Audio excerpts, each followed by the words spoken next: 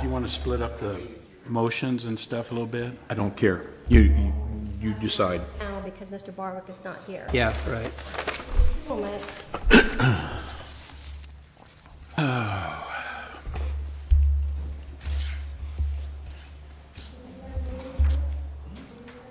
There he is. Oh, he arrives.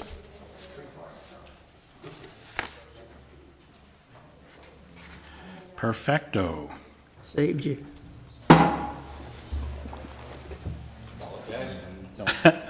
You're here. Congratulations. Yeah, congratulations. Ready? Yeah. Tulare County Assessment Appeals Board for November the 15th, 2010 is now in session. First order of business, is the setting panel will be myself, Mr. Barwick, Mr. Azunian. Normally we would have two alternates, but Mr. McKinley had car trouble and won't be here. Anyone from the public that would like to address the board? Not, we'll move to item 2, which is board member, staff, and assessors' comments. Anything from the assessors at this time? Not at this time. Any of the board members, the council? Then we will go into the hearings and... I have a question, Chairman. Yes. Directed at legal counsel, but the question has come up with my being elected to the city council. Is that going to be a conflict of interest in representing the board?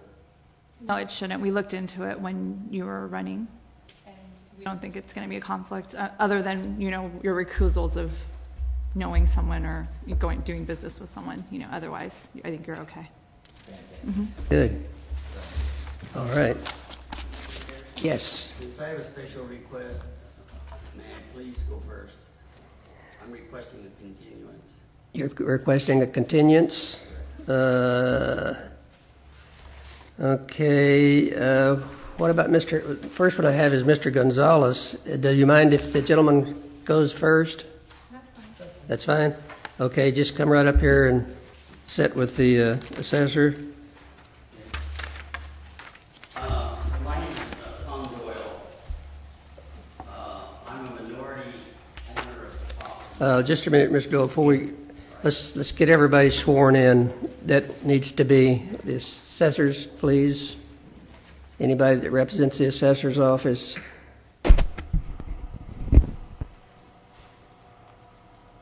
Do you solemnly swear or affirm that the testimony you're about to give in the matter now pending before the Assessment Appeals Board is the truth, the whole truth, and nothing but the truth? I do. Thank you. State your names for the record, please. John Roller. Craig Miller. Tom Doyle. Ted Mathis. John Drew. Okay, you're here for a hearing, and we'll catch you later, Mr. Berry. Thank you. All right. We have some other assessor staff coming in. Will they need to be sworn in? We'll catch them later if they do then. Yeah. Item number are we working on? That's correct. That's Number what I'd like to 22. know. Huh? Do what? What item number? For number 22.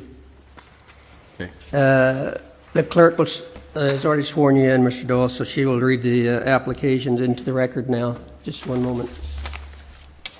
Item number 22, Edward G. Doyle, application number 2008-1748, APN 320-121-000, application number 2008-1749, APN 300-121-004-000, application number 2008-1750, APN 300-121-001-000.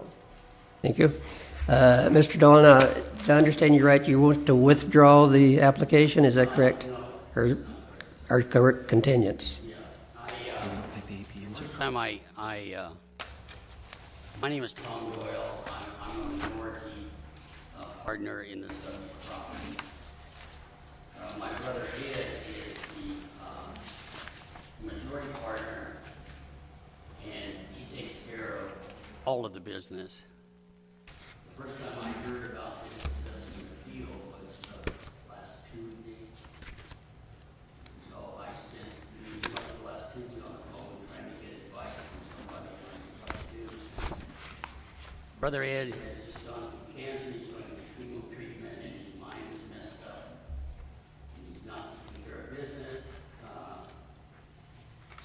think I should, on our behalf, handle the appeal, but I'm not ready to do so.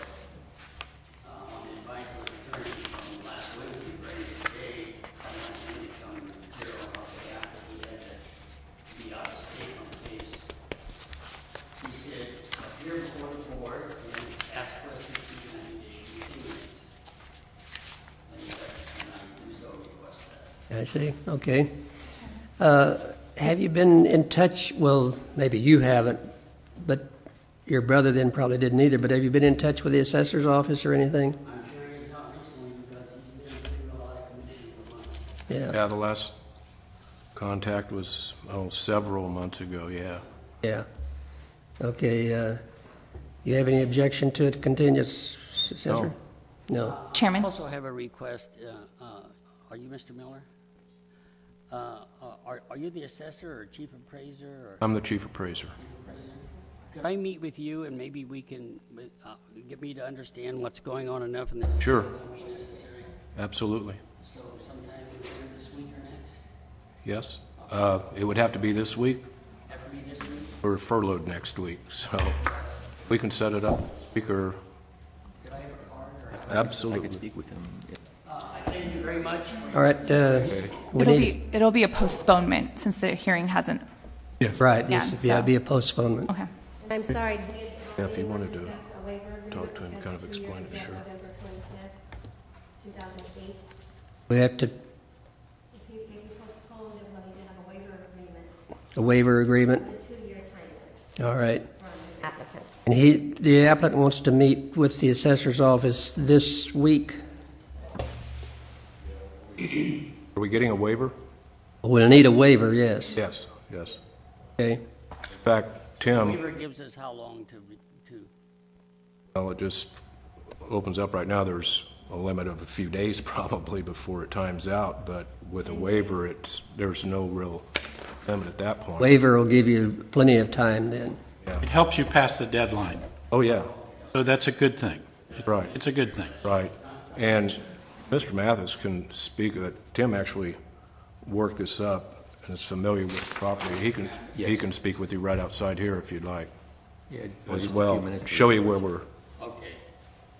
So do I get the continuance approved? Yeah. Yeah, we up, But what's the date Yeah, we're that's what- seeking? Go ahead, George.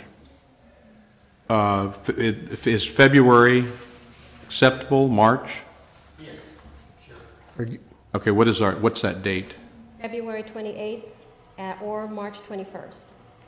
that's more February than, 28th, okay? As far as I know, what day of the week is it? Monday. Monday.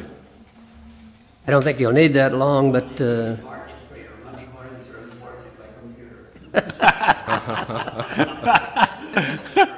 Now, did we get the waiver agreement signed? Mr. Chairman, I would like to have a waiver agreement signed for my records. So do you have one available? I sign it, I can fill it out later, but I'd like to have him sign Yes, it. just go ahead and have him sign it then. So, George, you want to handle Yes, the motion? I'll make the motion. Let Juana get back. I'm not sure if the waiver has to be included in the motion or not, tell you the truth. I'll put it in.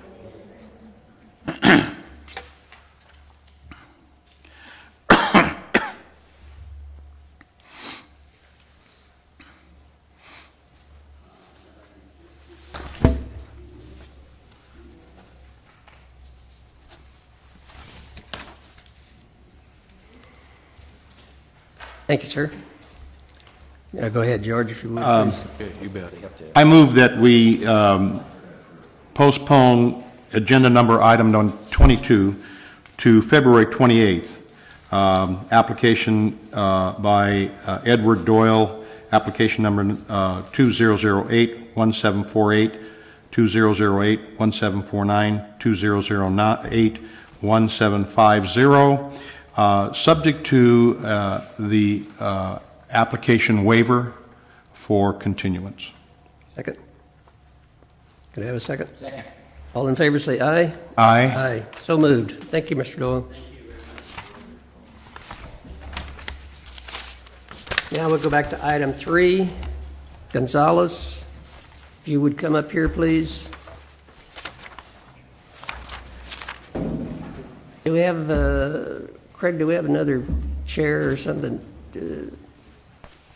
on this, possibly? Could we have a, I guess step down. If they want to speak at the podium here, this is good. okay, can you hear them all right? Mr. Roller is, Would you like to sit at the table? That's fine. Thanks. Thank you very much.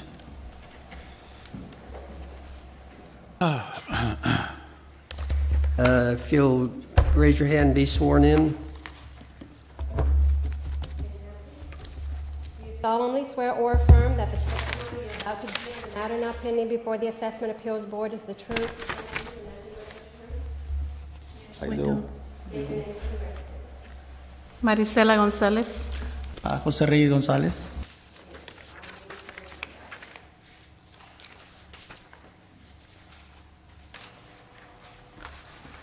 Item number 3, Jose and Marcela Gonzalez, application number 2009-01613 and 2009-01614, the APN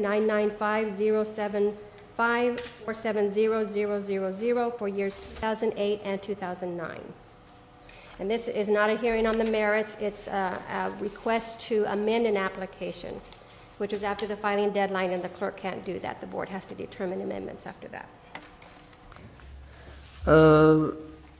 Let me ask you, Mr. Mayor, what parcel is this on? Do you know? I mean, the real parcel? It's, yes, it's real property.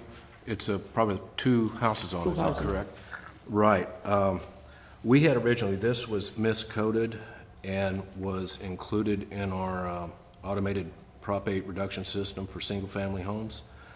It was discovered that it was miscoded, that there were 2 houses on it when they went out, and I think it picked up a garage or something out there, and did a roll correction and put it back up to the factored base year value for 2008 and 2009. At the same time, added some sort of structure.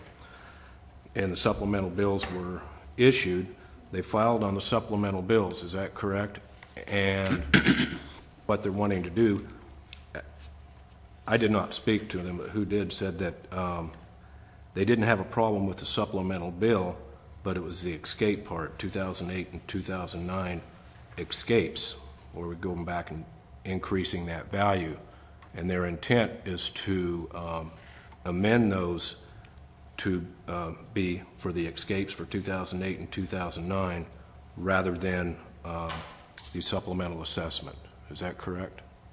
I believe so, because the reason that brought us here is because all from the beginning when we acquired this property, I believe 2005, so we bought it for $134. So the first taxes that we have to pay were higher by $10-something thousand more. So we said, well, it's okay. Then the next year, as every year as follows, we have to pay more increase. You know, the market goes up in value, but then it kept on dropping. So now we just are in the process of refinancing this home, and the value that they are giving is $134? 125. 135. So basically 1,000 more than the. This is just to a request to change the supplement to the others. So you have no objection to that in the assessor's office? No. So we can grant it then, and it will come up for a hearing later. This is a 2010 application. We have the 2009s waiting, so it will come up in due process, and they'll get a hearing notice from the clerk. Okay, do you understand? We're going to grant your request, but it will come up later for a hearing on your... on the value? On the value, yes. Okay? So it will be next year, more than likely, sometimes the early part of the year. Okay? Okay. Okay. And we'll grant your request to change it from the supplement to the real property and et cetera. All right? I think we'll be receiving a notice or something? You'll receive a notice, yes.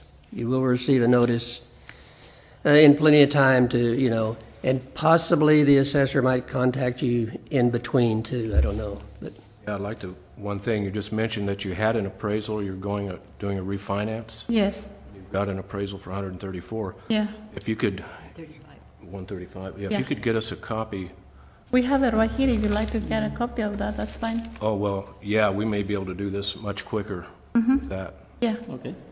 We couldn't get the original paper because somebody suggested that we can have the papers from original when we bought it, but this title company disappeared. So, Okay. yeah. Thank you. And, Thank you very much. yeah, be in touch with the assessor's office there then. Yeah, we need a motion to amend the application. We'll now then hear the motion to amend from the supplement to the regular assessment rule. Escape assessments. Escape assessment, okay.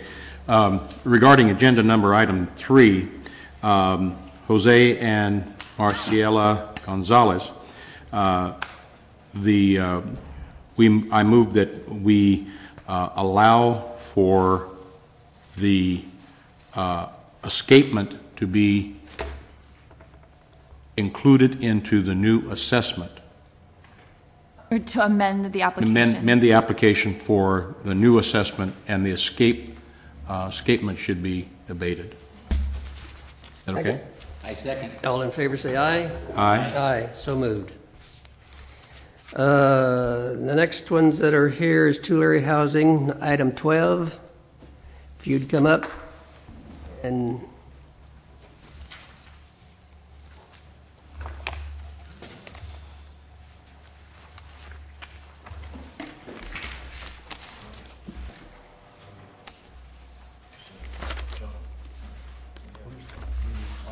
Okay.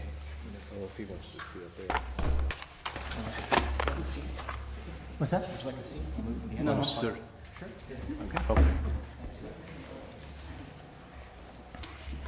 the clerk will swear you in and then read the application into the records. Do you solemnly swear or affirm that the testimony you are about to give in the matter now pending before the Assessment Appeals Board is... Both of you? Yes. We'll start again. Do you solemnly swear or affirm that the testimony you are about to give in the matter now pending before the Assessment Appeals Board is the truth, the whole truth, and nothing but the truth?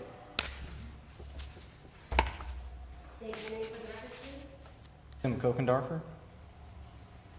Corey File. Now read the record item into record.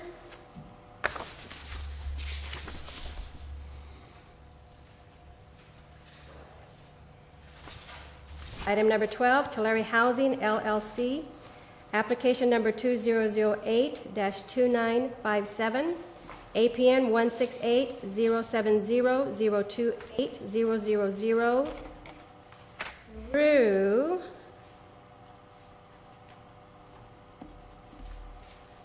application number 2008-292, application number 2008-2962, APN 168-070-033-000, and application number 2008-2963, APN 168-310-018-000, through application number 2008-2970, APN 168-310-025-000.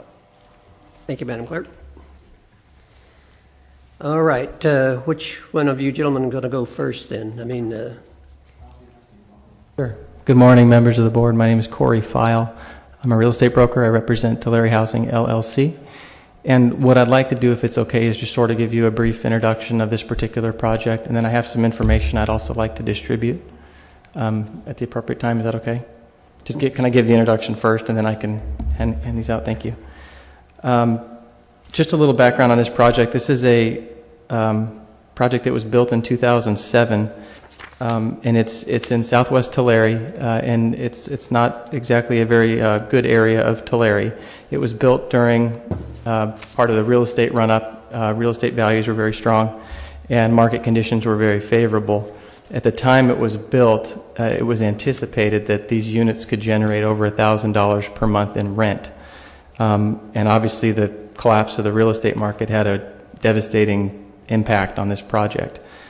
The reason the basis for our appeal is really that the approach to valuation that should be used for this project should be an income approach, or an income approach used in conjunction with the sales comparable approach.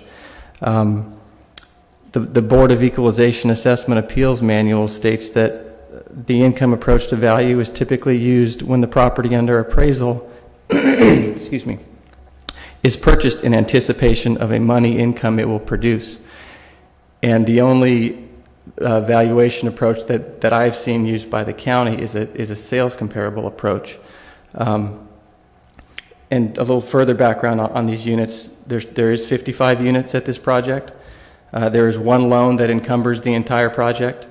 It was originally appraised as one 55-unit complex. There's one insurance policy that covers the project, and many expense contracts covered all of the entire project, which is 14 parcels, such as like the landscaping. The landscaper handles the landscape maintenance for all of the yards. And the property is professionally leased, professionally managed, and it's operated in such a way as a typical apartment complex would be operated. So that's our approach, is that when you're valuing this type of project, you need to look at the income. And you need to look at the income and then capitalize that income to get an idea of what the property is worth. And as I mentioned earlier, the collapse of the real estate market really had a devastating impact on this project. It's been, after the owner has paid his mortgage payment, he's substantially underwater, and it's a problem property for the ownership. So what I would like to do now is just distribute some information with respect to our approach, the way we would look at it as far as an income valuation. Okay.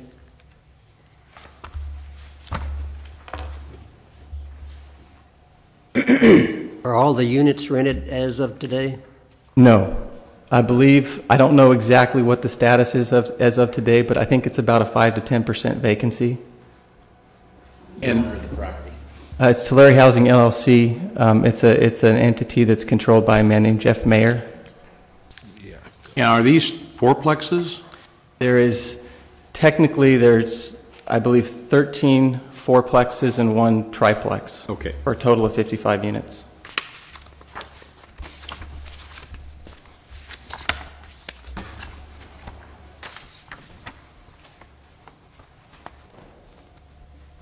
So basically the information you have in front of you, what I did was, this is sort of a summary page on top, and also included behind the summary page are the actual income and expense statements for 2008, 2009, and then half of 2010. And what I did with 2010 is I just basically made a projection. I doubled the actual income and expense to show a projected net operating income.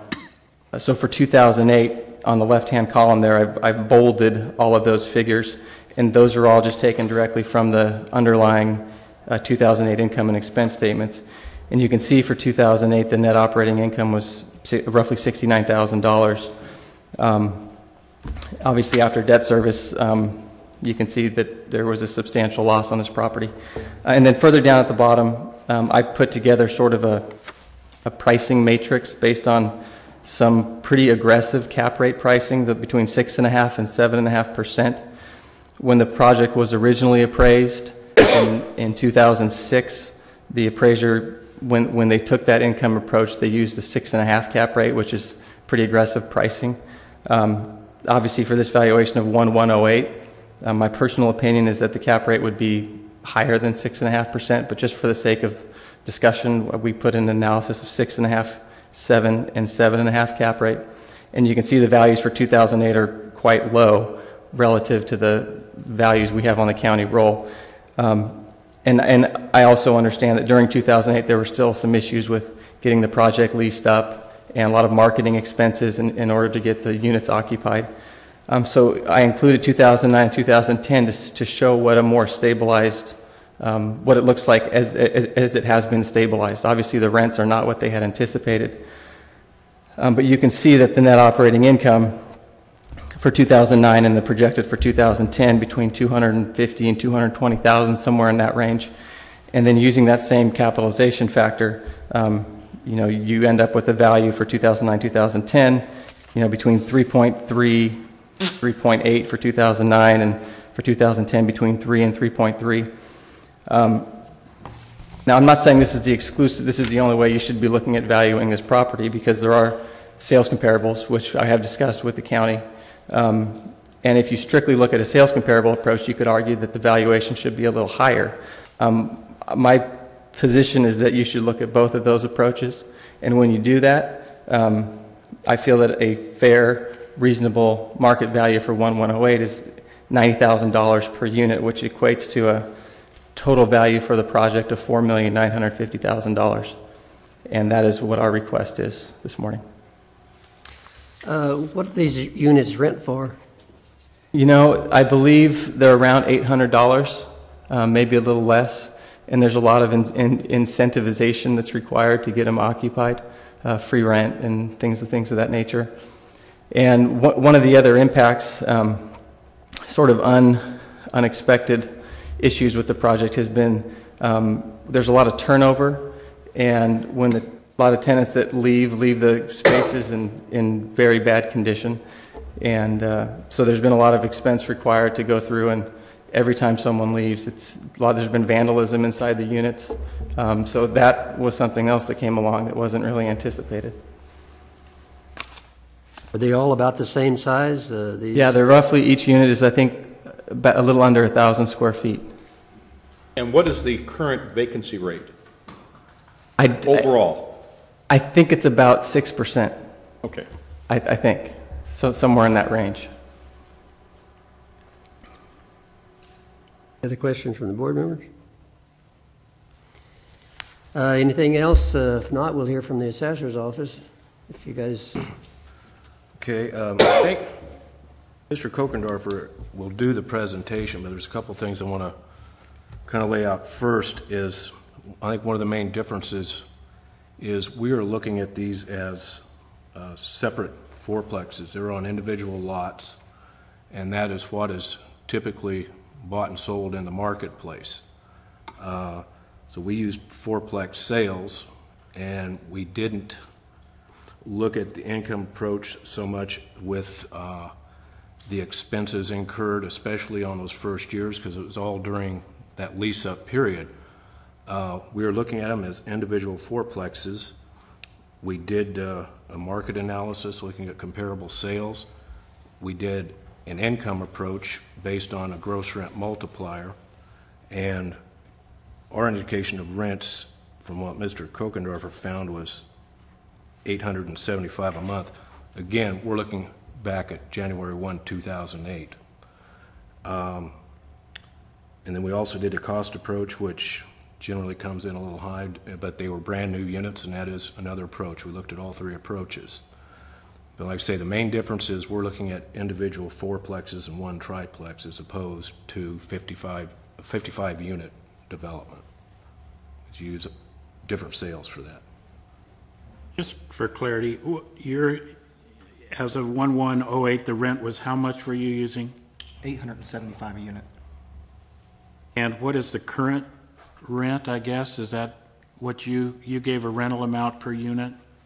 I don't have the exact number, but I believe it's somewhere near $800, and I'm not positive if that includes some of the concessions, such as free rent. And so just to help me, so what is your total, if he's coming to $4,950,000, what is your total with your method? We're looking at $6,325,000 using both the comparable sales, the cost approach, and then using an income approach with a GRM. And that's as of January of 2008? That is correct. Yeah, and that's something we've looked at. I believe we had appeals on just about every apartment complex in the county in 2008, and on the majority of them, this isn't property specific here, but on the majority of them, we didn't see much of a decline for the 2008 year. It was in 2009 and 2010 where we started seeing the big reductions. For some reason, the apartments lagged behind single family and that type of property, but we are seeing pretty big reductions 2009 and 10 on these properties here. And by chance, did you do a value as if it were a complete unit, you know, I guess a 55-unit complex versus 13 fourplexes? We haven't seen evidence of that type of one economic unit, 55 independent comprised of fourplexes and triplexes traded in our market. So in looking at it, we had to view it how the market would anticipate those being sold, and because they are separate, legal, independent parcels, we value them as such.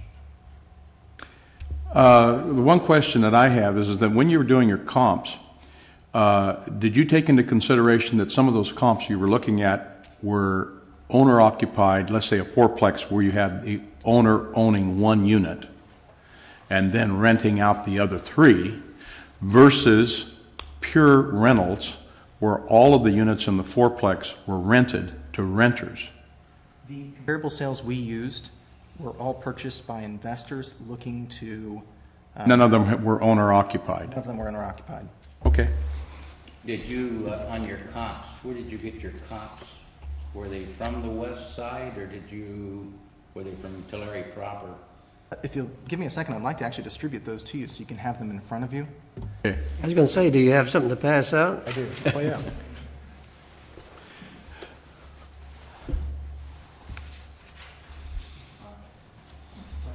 Craig, just out of curiosity, so what does yours convert to per unit? You have your calculator? I believe it was It's 115. Yeah, that's about right. I do.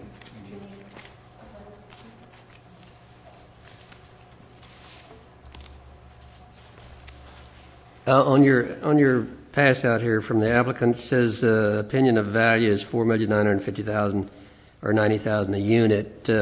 Is that for 2008, 2009, 2010? That would be as of for the January 1st, 2008 valuation.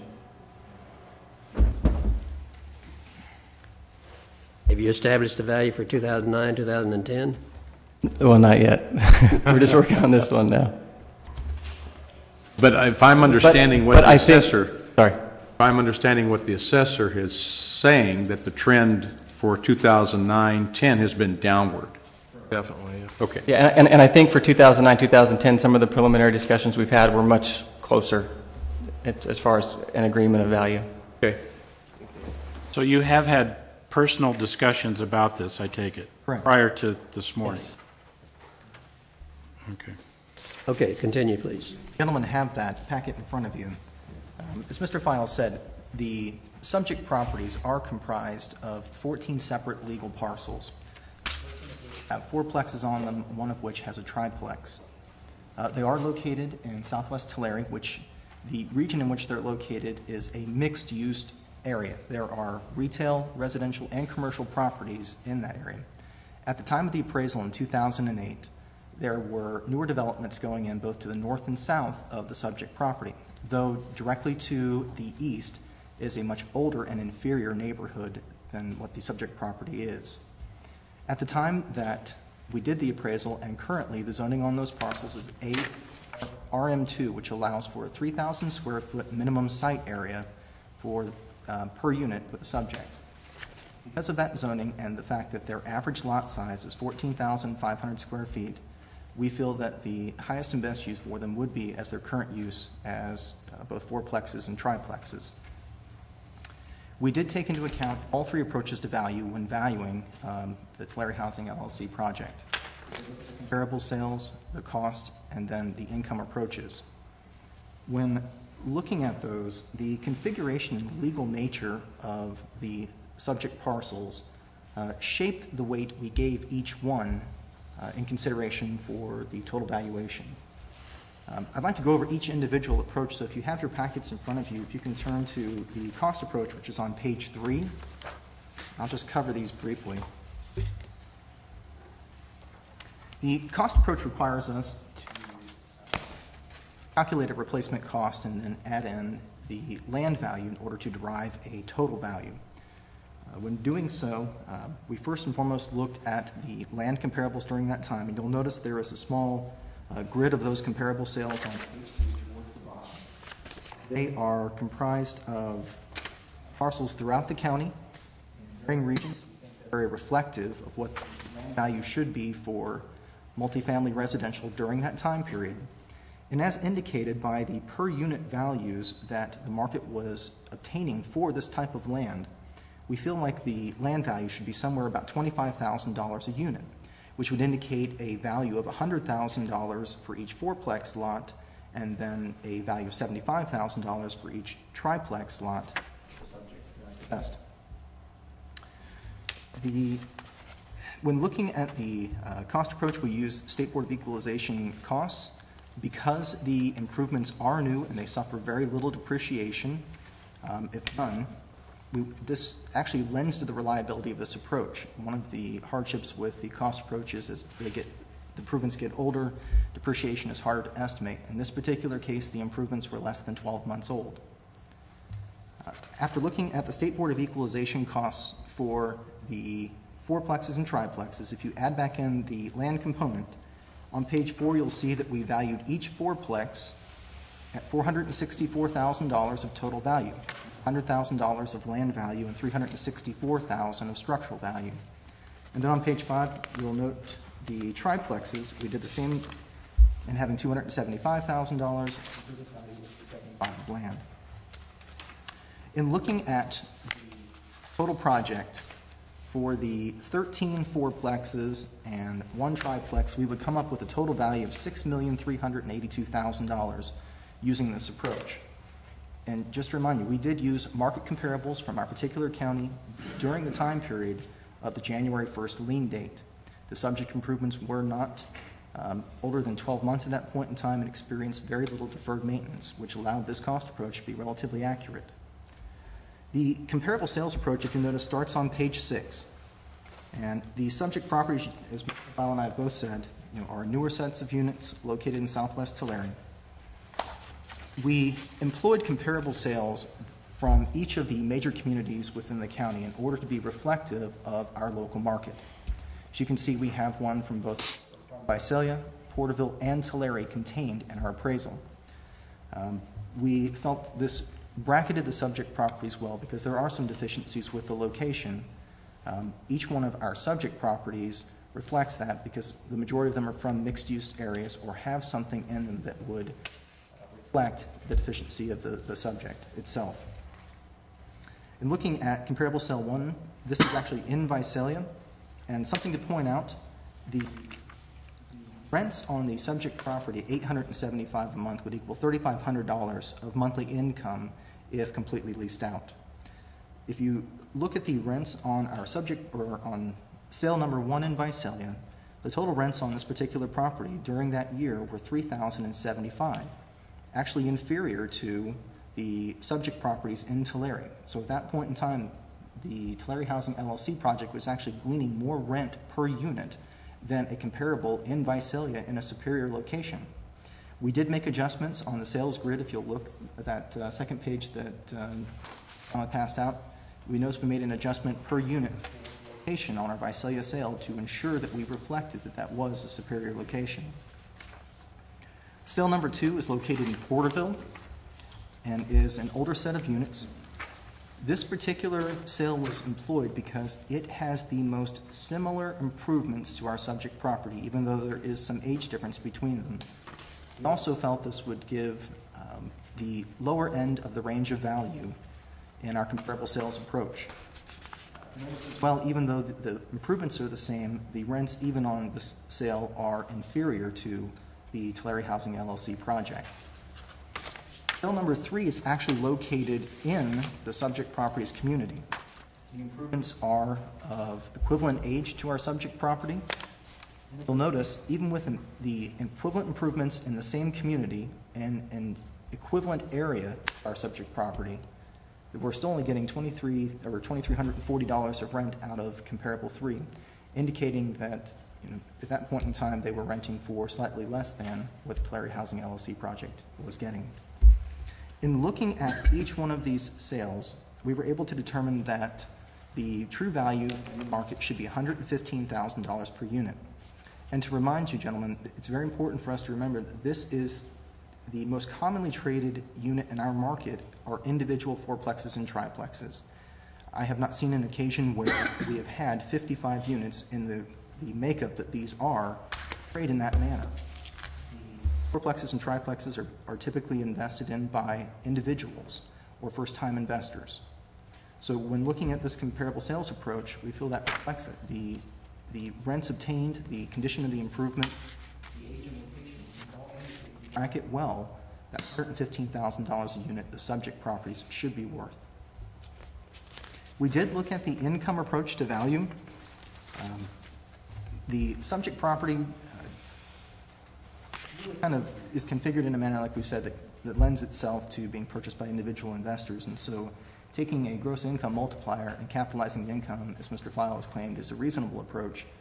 We kind of steered towards what the market typically would use for that type of investor, which is a gross rent multiplier, where we take a single month's income and then go ahead and use a multiplier to derive an indicator of value.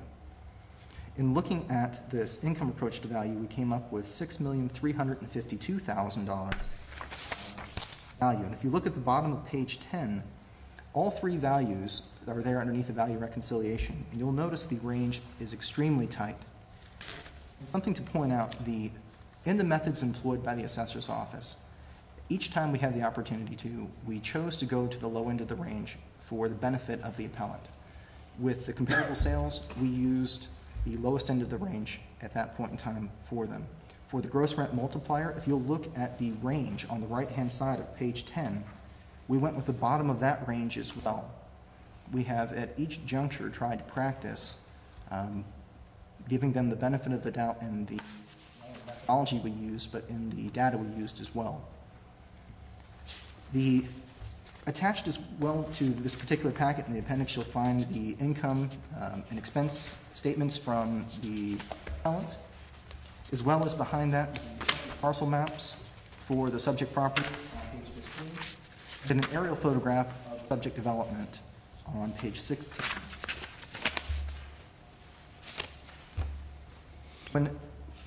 After reviewing this, we placed the most weight on the comparable sales approach. Having this be the unit traded in the market, we felt and were compelled to use this one because it really is what we see most commonly done. For 55 units in the configuration that Mr. File is saying to trade, it's not something we see at all. Any questions? So on page 9, you've got $115,000 per unit for $6 million. Is that the value that you put on for 2008? Yes, sir. Have you made adjustments for 2009 and 10, or? We have values for 2009 and 10 as well. Okay. Those values, as Mr. Miller said, reflect a very sharp decline, and we have talked with Mr. File about adjusting those years as well after the hearing. Okay. I'm going to show my ignorance here. Inyo is south of Cross Street. Is that correct? I believe that's correct. About a mile. Legal counsel, I am working on personally representing a client on a fairly large transaction north of this complex by about a half a mile. Would that affect me? You don't have any connection to this property? No, though. it is single-family residential, and I have a relationship with a bank, but it is about a half a mile north of this. I don't think there's an issue. Very good. Thank you very much. Does the applicant have an issue with that with his? I'm a commercial real estate broker, and I'm involved in a transaction on single-family residential lots. That's fine. Okay, very good. Good. And we don't have a problem with that either. Okay. I just wanted to make sure, because as I'm reading this and realizing where this is fairly close to the area that I'm working in. Okay. Any rebuttals there? Yeah, I'd like to make a couple comments. First of all, it seems to me that the major issue is whether we're looking at these as fourplexes or as a larger complex. There's the definition of an appraisal unit in the Board of Equalization manual. When it talks about an appraisal unit, how you look at a project, it states that multiple parcels that would likely be bought and sold in the market as a group can be appraised as a single appraisal unit. The definition of a parcel of land is an area of land in one ownership and one general use. These are all under the same ownership. It's all the same use. And I also want to point out a lot of when their presentation with respect to the income approach, it assumes that as this 1108 date, they're assuming an $875 rent for these units, and this simply wasn't the case. We have actual income and expense numbers. I mean, you can see them right in front of you. They're specific to this project, and you can see that this is a loser project, frankly. So it's just something I think you can't ignore where the rubber hits the road, and that's looking at the income and expense statements, and the fact that the entire project is managed as one project. It was originally appraised as one project. There's one loan on the entire project.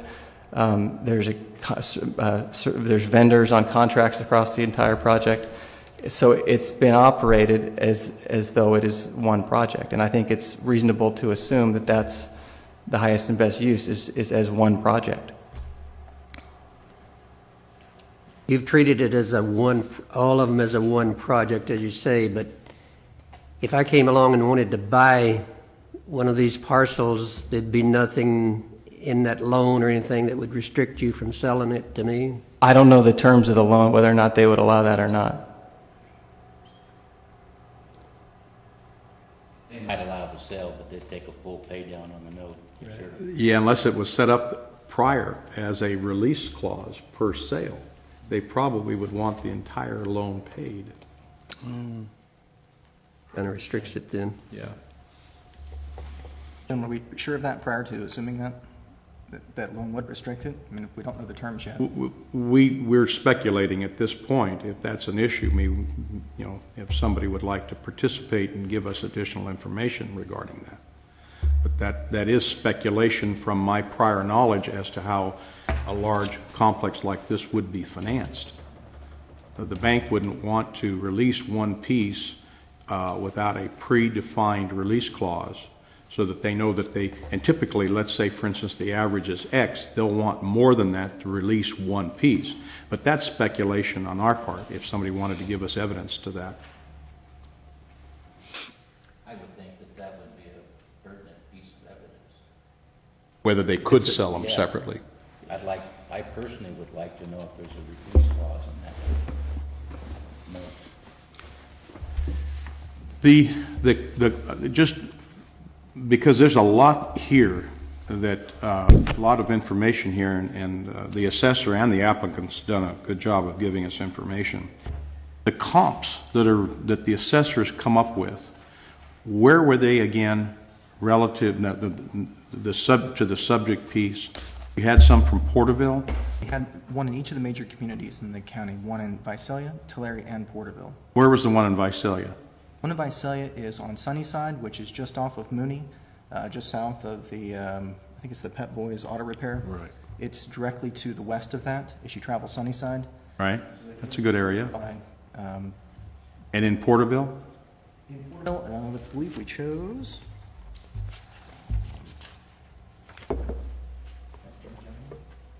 It was on Pearson, North Pearson. In which quadrant of town is that in? I believe that particular one is in the northeast. Yeah, it's northeast. Okay. Really. It's also located in a mixed-use area. There's retail and commercial properties just north of it. In fact, it actually bordered the street this is on. Yeah. Just to maybe give you some clarification, the $875 a month that rent we're coming up with, actually from your cash flow analysis from 2008 and 9 that you submitted to us, if you look at the month-to-date income there and divide that by the number of units, you are obtaining $875 a month of rent per unit. And you also asked, or you said that you were basing this both on the income approach and the comparable sale approach. Did you have some example of the comparable sales you were using? Well, yes. I mean, when I'm looking at the comparable sales, I'm looking at the Tulare market, the immediate neighborhood, and I know we had discussed this briefly as well. And the fourplexes that I had looked at in the Tulare market for this period of time had traded, and they were older units built in the 60s and 70s, so obviously they weren't as good in as good physical condition, but on a price per unit basis, they were between $50,000 and $72,000 per unit. And they had new roofs, and they also had carports, which the subject units have.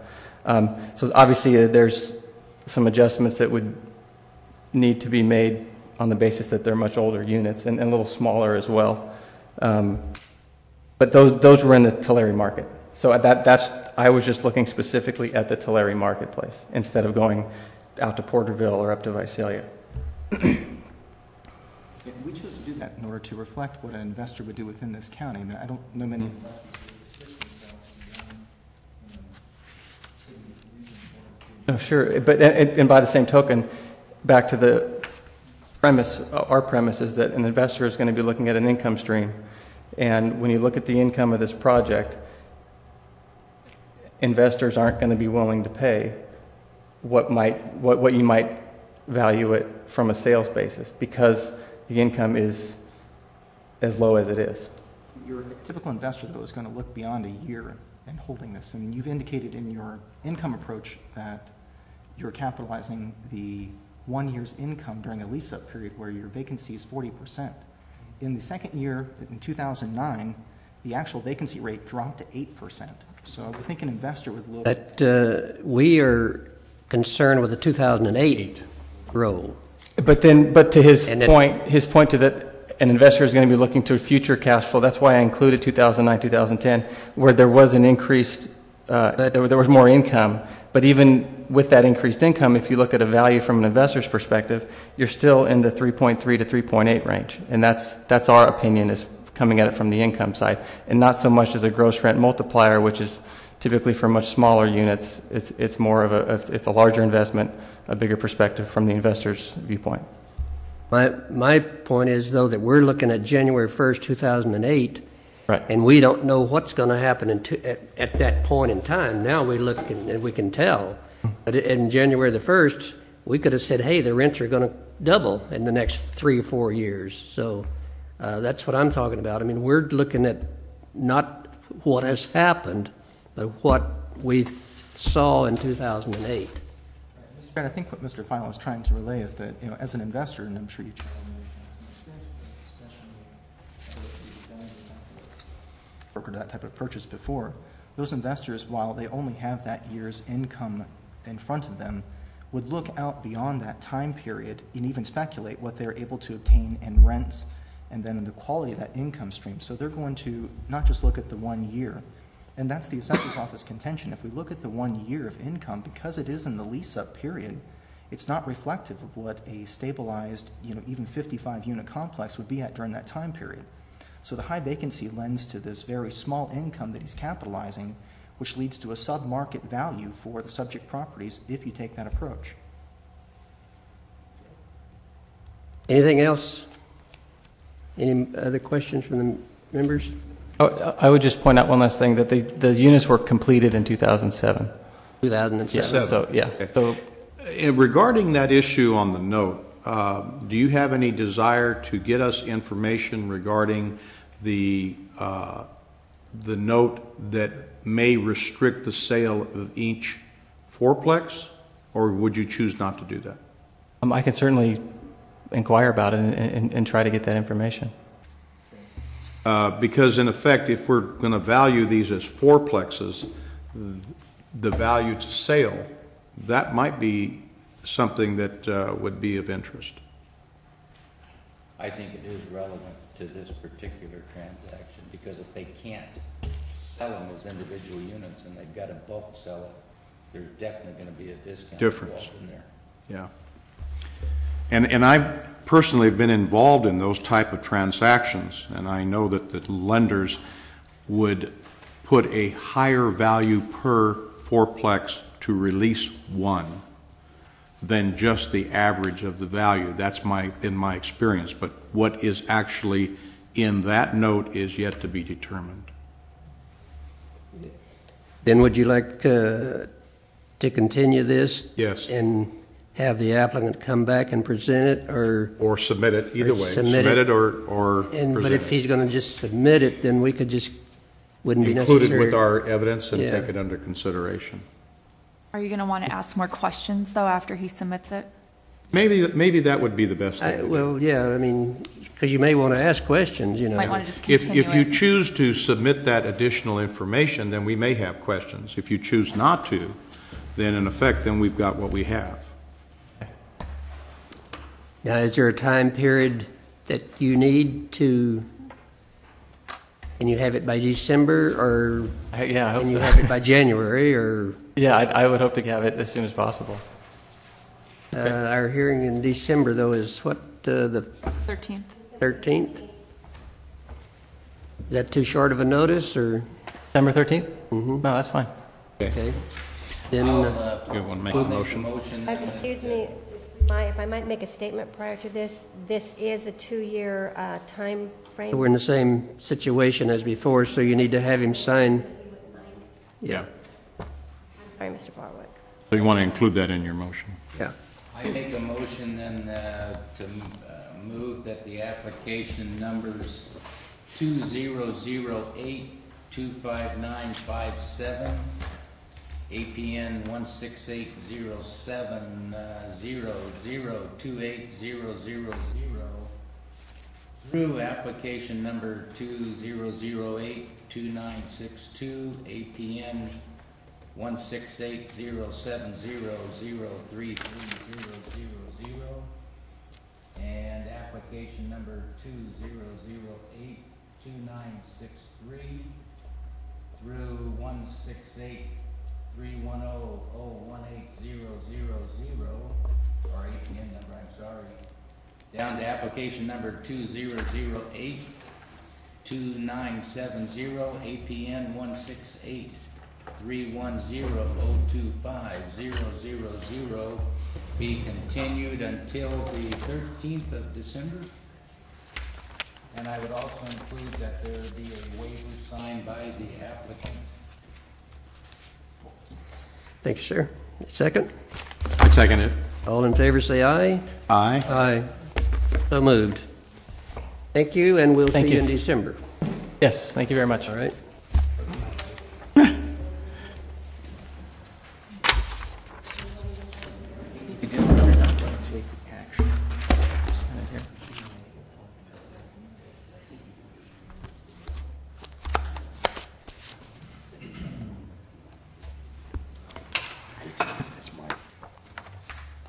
I think that if there is a restriction or something on the notice,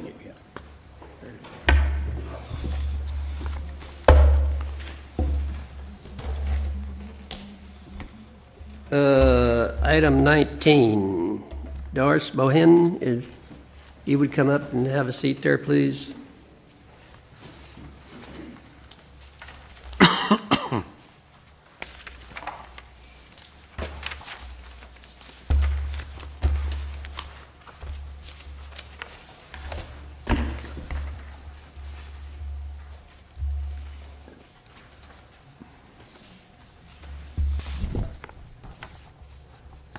So, Madam Clerk, would you swear in the applicant and read the application in, please?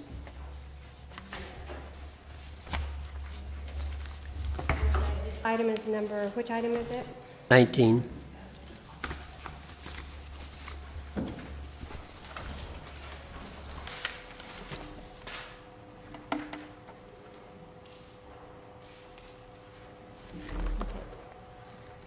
Do you solemnly swear or affirm that the testimony you are about to give in the matter now pending before the Assessment Appeals Board is the truth, the whole truth, and nothing but the truth?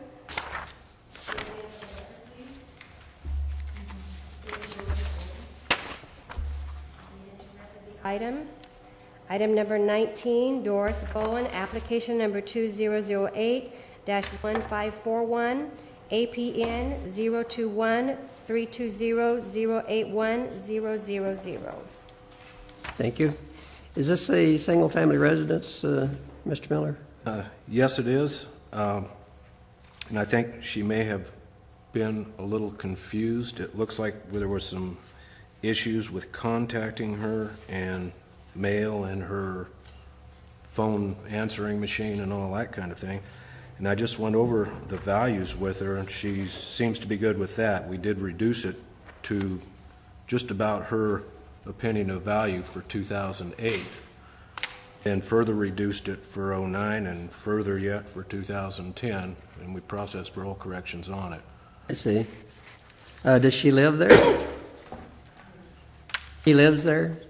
Of course, it doesn't show in here, but maybe, does she have her homeowner's exemption also? Let me see if there's any information. This little printout doesn't show it, but we can definitely check into that and make sure she Right, gets it. right. Owner exemption. I don't know that she does for a fact. Right, okay. But you will check and see that, Yeah. that she's qualified. I gather you're in agreement, is that what I heard you say? Okay, good. So could we just have a motion that the applicant stipulates to the changed values by the assessor for the roll, what, 2008, 9, and 10? The values be stated into record. What are we coming up with for 2008, Mr. Hardcastle, or Mr. Miller? Oh, For 2008. 2008 was 172,000. 172,000?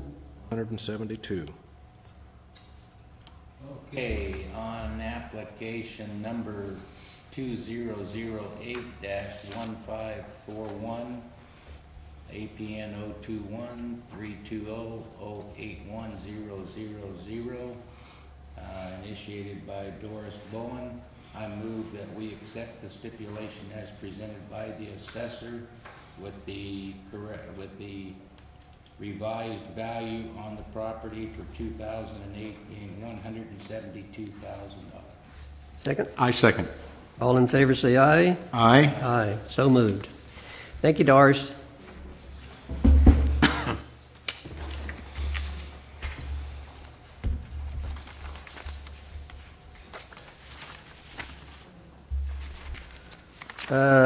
Yes, sir. You're next. Okay. And your name is, sir, is? John Beard. Number 28. All right.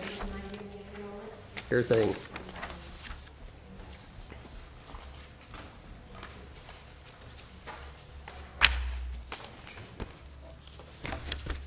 So are we on a quick adjournment or just standing by? We're on an adjournment because she has to change the tape. Okay. We'll take, say, 5 minutes for the clerk to change the tape. Yeah, it won't take Thank that long, you. but that'll be a good break, yes.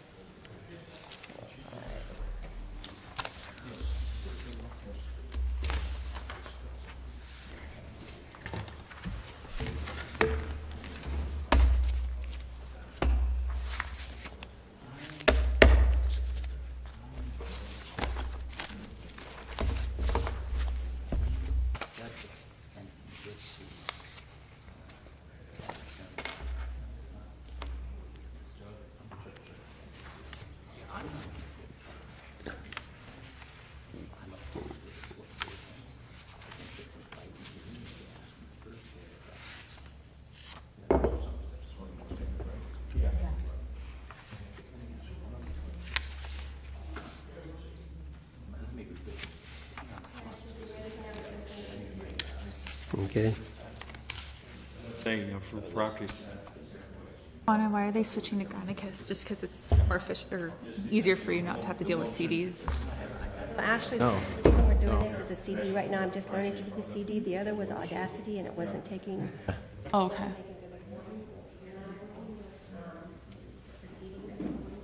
Oh, In fact, it makes no difference, but there is a friend of mine. 5-unit parcel or 13 fourplex. Governmental restriction. I doubt it. No, that's what I want to hear. And in fact, I'm saying for sure, at this point, once you get sworn, You know, like fourplex. So to me, it seemed like it wouldn't make any difference in the value of it.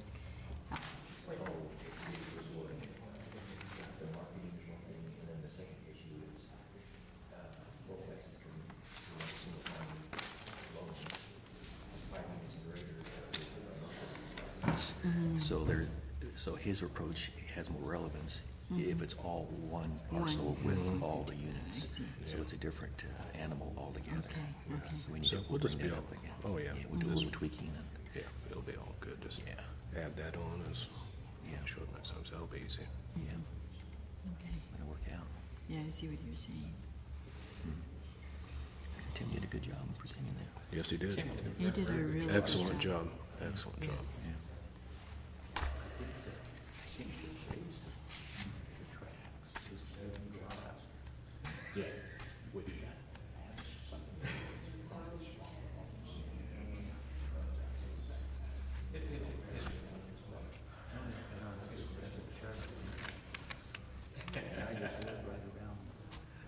Working on it. Yeah, he did. He did very good.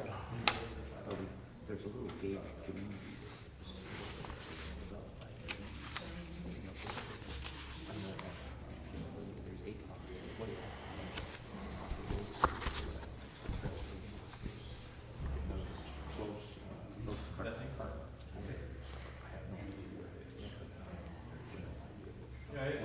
Once that's cleaned up, it's easier for me to get.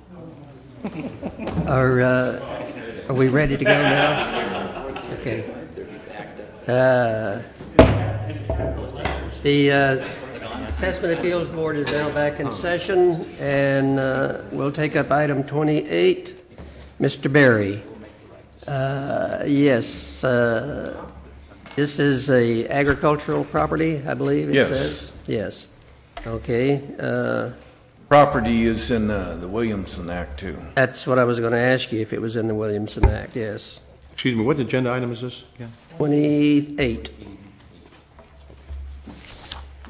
Let me ask Mr. Miller, if it's in the Ag Preserve, he's still getting the lesser of the three values?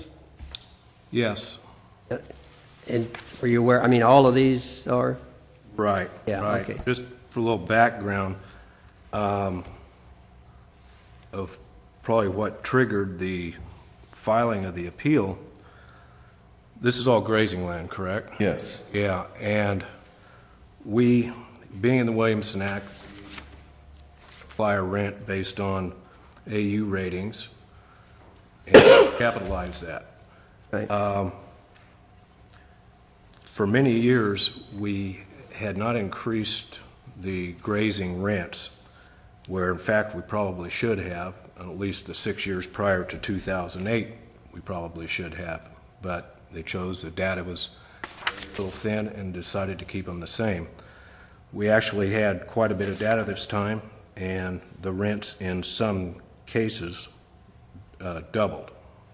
And not all of them, but they all increased from what they had been 1989 to 2007. We used the same rents. So that is what I'm sure triggered. Well, wouldn't the rate that that you used to capitalize that, though, hasn't that been going down, or? Well, that would cause an increase, wouldn't it? It's been the same, yeah, that would cause an increase as well, but that wasn't such the big part as... That wasn't the biggest part of it? Okay. Yeah. We had, out of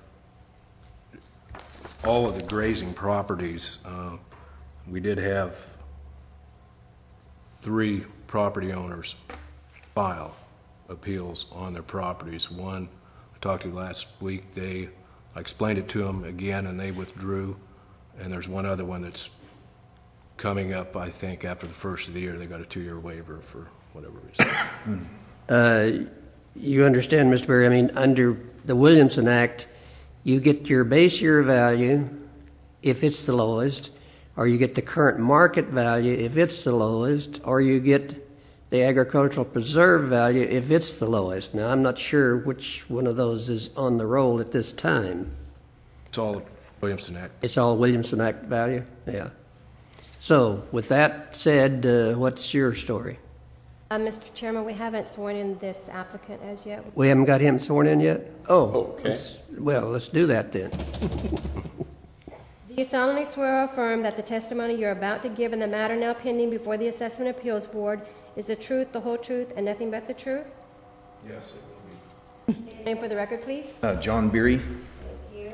And if you'll leave Item it number in. 28, John E. Berry, application number 2008-2339, APN 144-230-016-000, application number 2008-2340, APN 142-060-058-000, application number 2008-2341, APN 144-010-011-000, application number 2008-2342, APN 142-280-002-000, and application number 2008-2343, APN 142-260-011-000. Also, findings of facts have been requested by the assessor's office. Council has been aware of that. That was also the case for Tulare Housing, but council was aware of that. Okay, thank you. Al, is one of these a residence It may have a residence on it, yes. he lives in? On one of them, yes. Do you live there, though? Half the time, part of the time. Yeah, Because it I was see checked, that- yes. I see you have a Palmdale address, that's the reason. Well, that's where I get all my bills.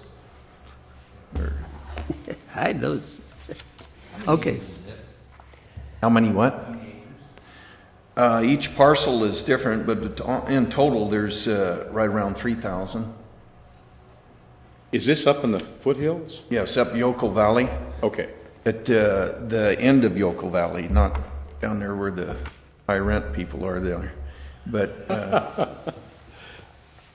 what I object to on this whole thing, first of all, Mr. Miller stated that prices haven't gone up, but as a whole, on all the parcels, every year, they've gone up a little bit. I mean, just pocket change on there. But then in 208, 209 tax bill, as he stated on there, some of them doubled on there. And it ran anywhere from 43% to 103% amount of tax increase. And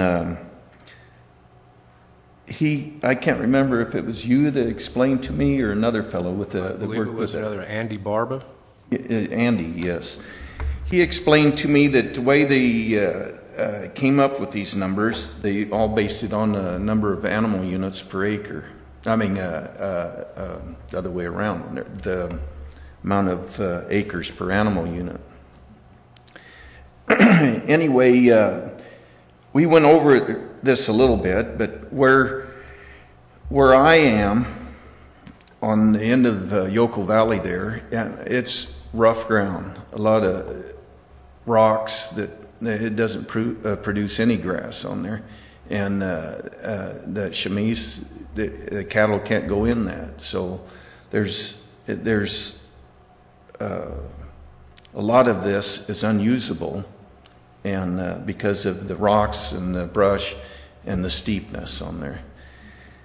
But I don't know, and I still haven't found out how Prop 13 applies to this, but how they can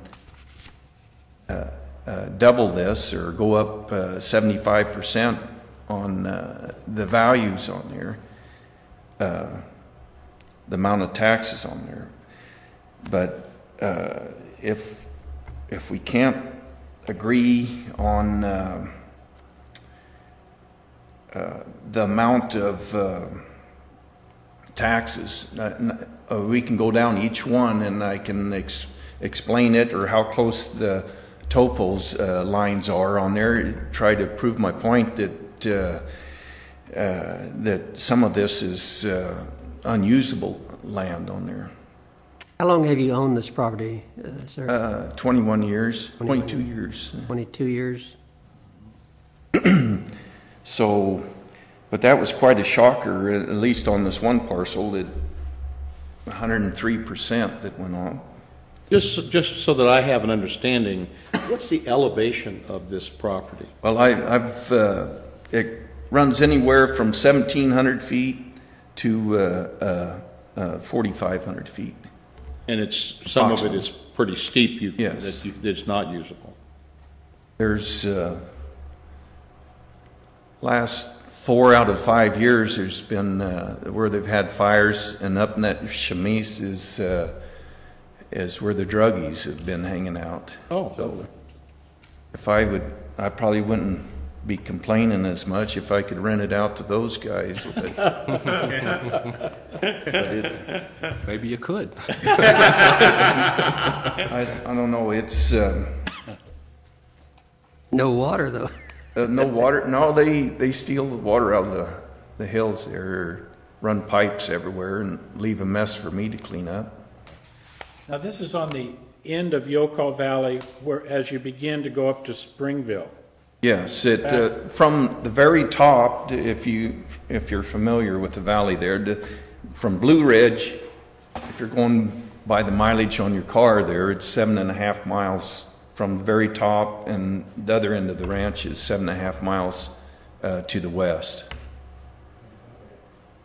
All right. Just so I kind of know where you're at. But anyway, we can go over each one of these one by one, or as in a whole, or whatever the assessor wants to do, or. How many? Well, like the very first parcel I have here, how many acres is in it?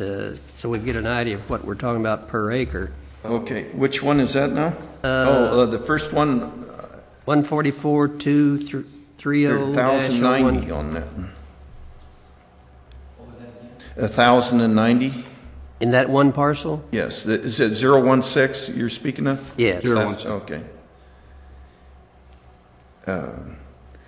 In this parcel,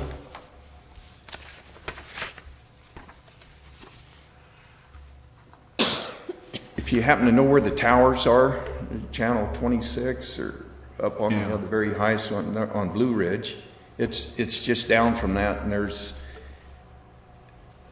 as in percentages, half the parcel is unusable. I mean, because of the. But you're referring to the one the 1,090 acres, or the next one? Yes. Okay. Then the next one. The next parcel, yeah. How many acres is in it? And it's got the residence on it, I guess. Yes, there's 75 acres on that. 75 and a half. Okay. And that sets right at the bottom of the hill. There is it's more rolling hills in that 75 than the elevation on that, and goes from 1,800 to 2,000. How about 011? Okay, there's 2 011s, I think, on there. Or, I'm sorry, 01. Well, 011. Yeah. I have a handout that. Got that on it? Lists all that data. Okay. Oh, okay. If I can hand that out, and then. I was going to ask a general question. So, can you describe to me the difference? Do you know what tax amount are we talking about as a difference? Okay. In other words, what's the amount in 07 versus what? Trying to get a sense of the magnitude of money here. It may not seem like very much, but it's in the cattle business here. It's quite a bit. But in 07, I paid approximately $2,941, $2,941, and it went from that to 08, and through 010, it's $4,318. And 010 is $4,379. And that's combined So- in all the parcels together, not that one. So, did you say in 2008 you paid $28.90? Did I hear you right? No, 07, it was, 07-08 tax year is $29.41 for those 5 parcels. Okay, and then 08, which, was the 3318, I guess. 43.18. With all the parcels combined. But individually, they ranged parcel 1, or the first on your, my application. Which one you want me to refer to on there, the APN number? The 1,000-acre one. It went up 74%.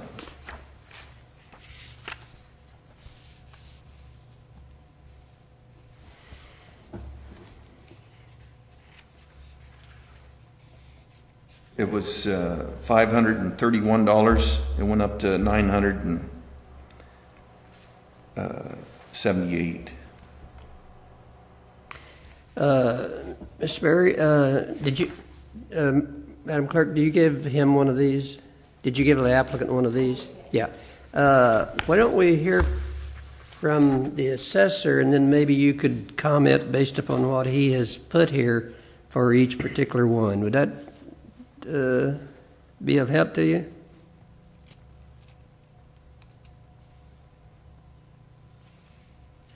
I'm sorry, I didn't... Yeah, this, that the assessor passed out? Yeah, okay. Yeah. Why don't we hear from him and then see if, then you might have some questions about, because he's got this broken down pretty good, looks like. So, you have any objections to hear from him now? No, at this point? I'll go along. Yeah, okay, let's do that. Okay. I'd like to hear too. Yeah. All right, the first page, it basically shows a comparison of the rents we were using from 89 to 2007 versus from 2008 and currently. And you can see his parcels are highlighted in red. Now, obviously, the one, the worst ground at the ADAU went from $2 to $4. That's essentially going to double the value. And it is currently being assessed at $61.07 an acre. In each of the other ones, of course, the lower the AU rating, the better the ground, hence the higher rent. And we surveyed a total of 2,348 questionnaires were mailed out. We got 361 that came back with information that we could use. It was all compiled based on their reported AUs for the property. And you can see at the reported rents under each one, there's a huge range. And there's a lot of overlap, and it's very difficult to zero in the correct rent for each one, only a range.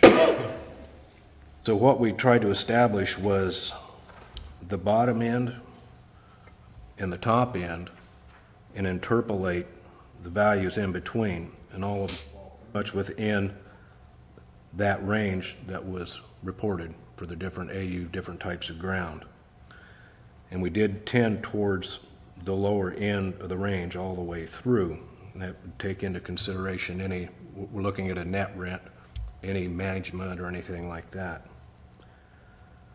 So, like I say, it had been so long since it had been, survey had been completed, and that we actually changed the rents, that they saw, some of them saw huge increases. I mean, towards the upper end, it was like $1 on his, went from 10 to 14. So his particular properties did show large increases in rents. Greg, just to clarify now, we're on your form here, rents reported, that's your survey, correct? Right. Those columns. Correct. And then when it begins, I guess your average is what you're interpolating. That's just, and then the that's next an average of all of them. All of them in that, see on the far left-hand side. Yeah. That's the number. Yeah. Like on the bottom when there's 71 people that reported, or 71? No, there was actually 361, if you total all those up. 71 had the 80. Yeah, the usable for the 80 Right, AUMs was 71 of them. Right, right. Okay, so then, just to clarify, that rents per acre, that's actual. That's what we we're are using to calculate the Williamson Act value from 2008 current. And the 89 to 2007 is what we were using prior to 2008. And it just kind of shows you, yeah, they increased substantially, most of them.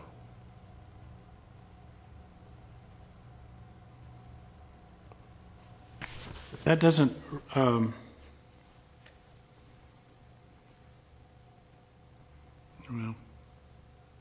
Mr. Young, trying to get a sense of how much it's going up for Mr. Berry particularly on his parcel.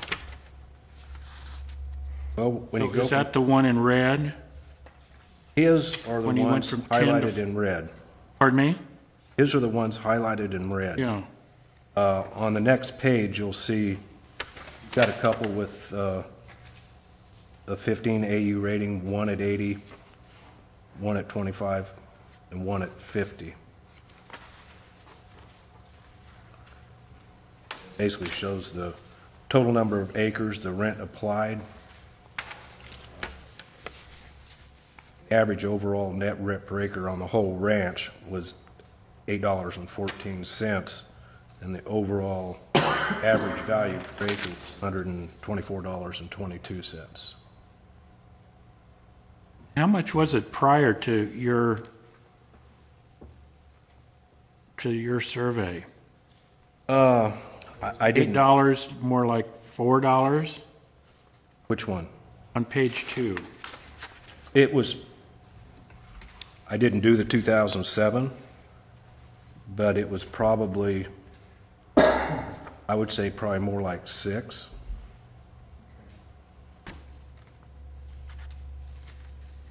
Six straight through on? Well, no, just the average. What I've done on that page 2. Just trying to compare. Overall net average, and I didn't calculate it for 2007. Mr. Miller, do you by chance, like on APN 144-230-016, that's got a animal unit of 50 and the rent's $550 and et cetera, and it comes out to be $91,554. That's on the ag preserve value, correct? Yes, yes. Do you happen to have what the base year value is on that parcel? Let's see.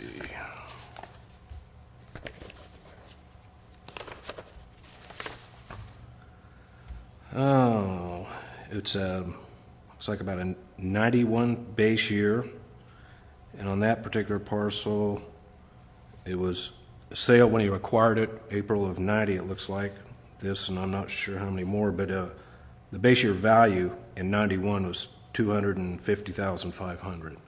$250,500? Yes. So that was acquired, though, not in, so he hadn't owned that property in for that 25 years or whatever these 22 years then. Yeah. The applicant said he owned this for 22 years. I thought maybe. Well, this was showing a April 4th, 1990 recording date. Was that about the time you acquired that one? Yes. Yeah. But the base Then year. I leased it prior to that. So the market value base year is 255. 250,500. Right. And that's based on a 91 base year. 91 base year. That's been factored up. 2% a year, and et cetera. Yeah. Substantially higher than the Williamson Act value. And what would the current market value be on a piece of property like that today? On page 3, I've listed all of the grazing land sales that we had available, none of them are up to like the size of this one, 1,090 acres, or this whole ranch, a couple thousand, almost 3,000 acres, wasn't it? But the range is at the very bottom end, 500 for some really poor, hard to get to property, up to over 5,000, but that's obviously be superior. The range is all over $1,000 an acre, pretty much. Yeah. Some of his looking larger ranches probably could be less than that, but definitely more than the assessed value. Okay, thank you.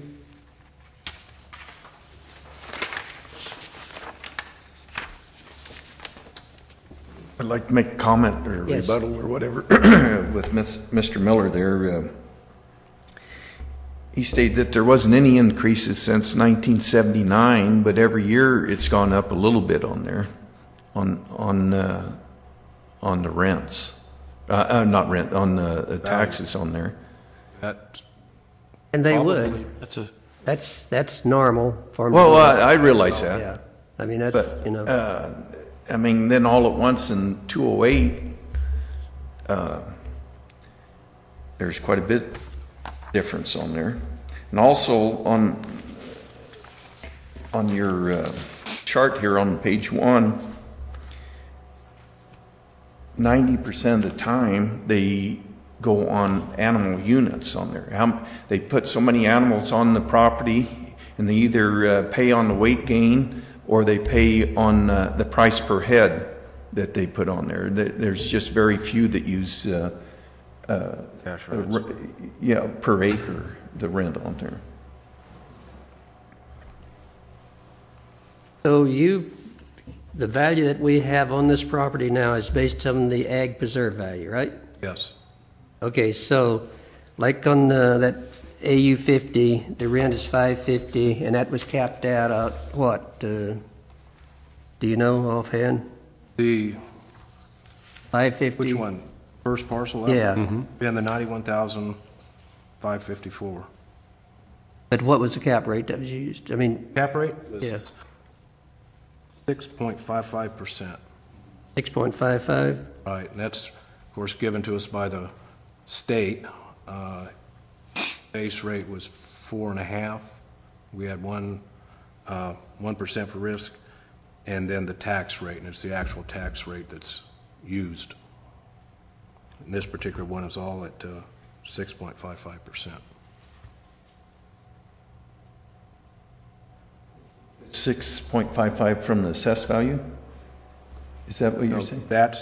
It's called a capitalization rate, that to calculate the assessed value, you do basically the rent times the number of acres divided by 6.55%, and that's how the value is calculated in the Williamson Act. And that's all. And that's what these parcels are based upon. All of them. They're not based upon the base year or the current market. They're based upon all of these were entered upon based upon that cap rate. Yes. And that rent. Yes. Okay, then that's understandable. Any questions?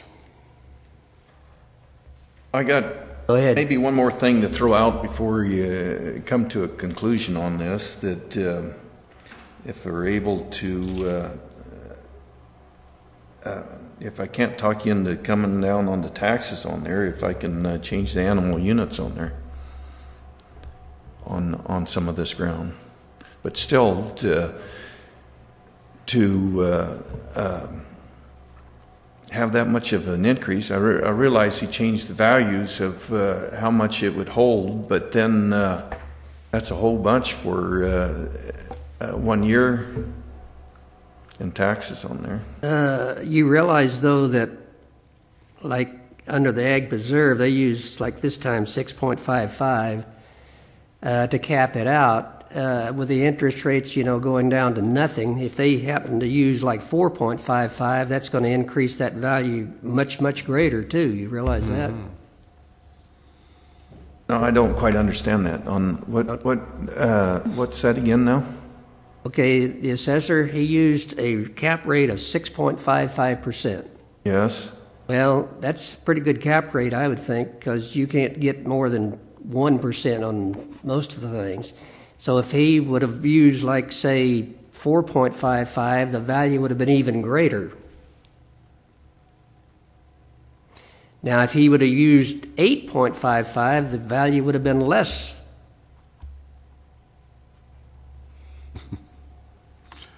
It's a mathematical kind of thing. What's that now? It's a mathematical. Oh, yeah, I can see on there. Yeah. But, this property out, though? say again? Your own cattle on here? Yes, my own. How does the animal units match up to what you're running on the property? It's, I haven't figured it on there, but, I mean, depending on the rain, and there's a lot of factors on there that, if it looks like I'm gonna have low low extra grass or something, I put a few more on there, but I haven't kept track. I think the real tragedy is that it got hit on in 1 year. Yeah. You probably could have accepted some gradual increases over time. Well, on the other hand, it has, though. Huh? On the other hand, it has. But I mean, they ramped it up there all in that 1 year, but every year it's been a little bit more. Nothing. What is it, 1% or something like that? Is that? No, it probably was. It was right at 1%, but. You made the statement about, the animal units per acre, and you said, could we do something, well, having done an animal unit survey about probably 30 years ago, I guess, when I did one, or maybe longer, you cannot do it overnight. I mean, it took months, and we started with the north end of the county and went to the south end of the county and talked to every rancher that grazed cattle at that time. And so it's not no easy manner, to come up with each parcel, Sure. that. So that's out of the question, I mean, as far as this board is concerned. So, but you have to also look at it that you have received the lesser of the three values that can be. I understand that put totally on on there. there. I mean, being in Williamson Act there. Right. No, you can't go in and subdivide it, or you can't, sell off there is the parcel restrictions. over here. I was in here for the long haul. Yeah. But this takes all the fun out of it when you have to. I got to tell you something. I'm very familiar with cattle operations, and you don't do what you do for the money. I got to tell you that. Look at all my wrinkles here. I mean, you guys are a different breed of animal, and it's unfortunate because I know it's a tough thing. well, I've got a family. It's a little different, but dang, you got to watch everything on here, and it was quite a shocker to see when most of them, or one of them doubled, and the rest of them were close to it. So, Craig, I hope this is an appropriate question, but it's kind of been observed here. Is it, and you mentioned there's other cases coming of grazing land. Is it possible to... One other one that I'm aware of. Oh, okay. The other one who had was close to 10,000 acres. I laid out a spreadsheet like what I've given you on what they were actually, their rents actually were, and they withdrew. It was on for this agenda as well, to where we could do all grazing at one time, because it's all the same issue. I can appreciate your re-evaluating it after many years, in 08, but is it possible to step it up, over a period of a few years, even though you've made that observation, I guess, or survey? Under the Williamson Act, we used to send out questionnaires to every property owner every year, and they'd get all this paper, and we'd ask for the past 6 years of productions or whatever, and it got burdensome for them, and burdensome for us to have to go through all this stuff. So about 10 years ago or so, we started sending out questionnaires. 1 year would just be for land rents, grazing rents, that type of thing, and it was a manageable amount that you got. Following year, we would send out for like stone fruit, plums, nectarines, whatever. Another year citrus, another year nut crops, and then another year vine. So it's on about a 6-year cycle.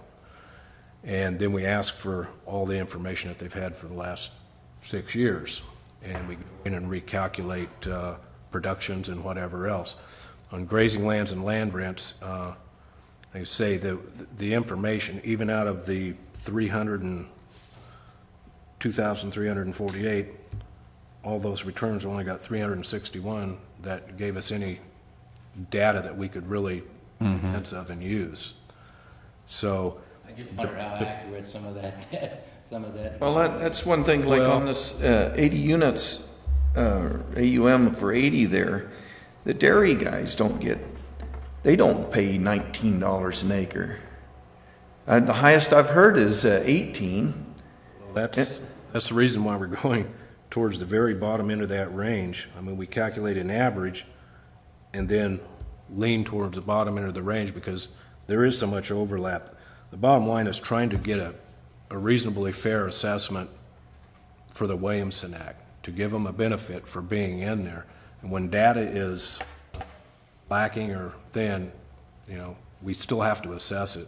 And this is what we came up with, and it's like I say, it's on the bottom end of the range, even at this, and probably should have done it 6 years ago. Should have gone up. Not this much, but it should have been adjusted then. This particular area is probably one of my least familiar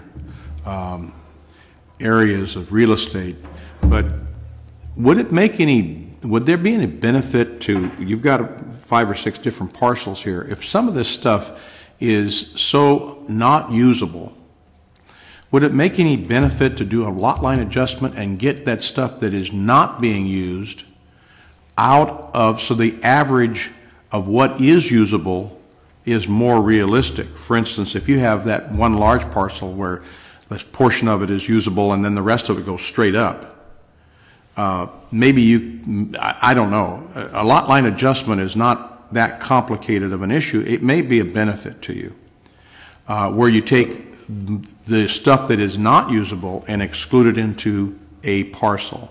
Does that make any sense? I think what's going to happen, we pretty much got average AU ratings. So it wouldn't really make any difference. If you take all the bad part, put it just on a bad parcel, and what the good part was on a good parcel, your AUs probably on the good part are going to go up. And it's not going to make any difference. It's going to average out. It was just a guess on my part, but like I said, this is probably the area that I need to be educated on a little bit more. And two, sometimes you can't, make lot lines adjustments because of school districts and other districts. Whatever. So it gets complicated, yeah. Yeah. Well, what you're telling us then, Mr. Miller, is that you took the lower end of the evaluations and used the number the state gave you for the Williamson Act formulas. Cap. Right. Like I say, the survey, we went towards the bottom end. You'll see the majority of them are less than what the average was. We leaned towards the lower end of that rent range. With that particular rent is, you multiply that by the number of acres and divide it by the cap rate that the state supplies us. Mm-hmm. So how much variance do you have, or do we have as a county, based on that information? I mean, is it, you're using the lower end, you're using the cap rate. Right. What else can you do? Yeah, what else can we do? That's my question. I mean, in this case, are our hands tied, I guess is what I'm trying to say. I don't know. I mean, this is data that was taken from the owners. Well, and two, as far as the cap rate, I mean, the state, mandates that. Of course, used to they return some of that to the county, but I don't think you get any egg preserved anymore. So, but you're still giving the taxpayer the benefit of the lower of the three values. So, right. You can't find a much better deal than getting the lower of the three. It's my Right, well, thought. like that one parcel over 1,000 acres, the base year value a little over 250, that factored base year value has got to be well over 300,000 now. And Right. Right. benefit, he's getting a benefit from being in the Williamson Act. It's just the fact that 1 year hit. Could you sell that 1,000 acres for 300,000? Yes, sir, I would. I One of you raise your hands here.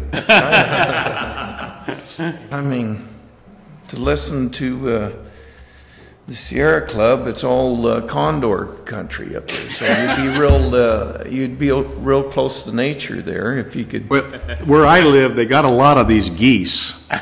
They keep on laying eggs in everybody's yard, and I've thought of somehow repositioning those, and your property sounded like a real good place to put them. Those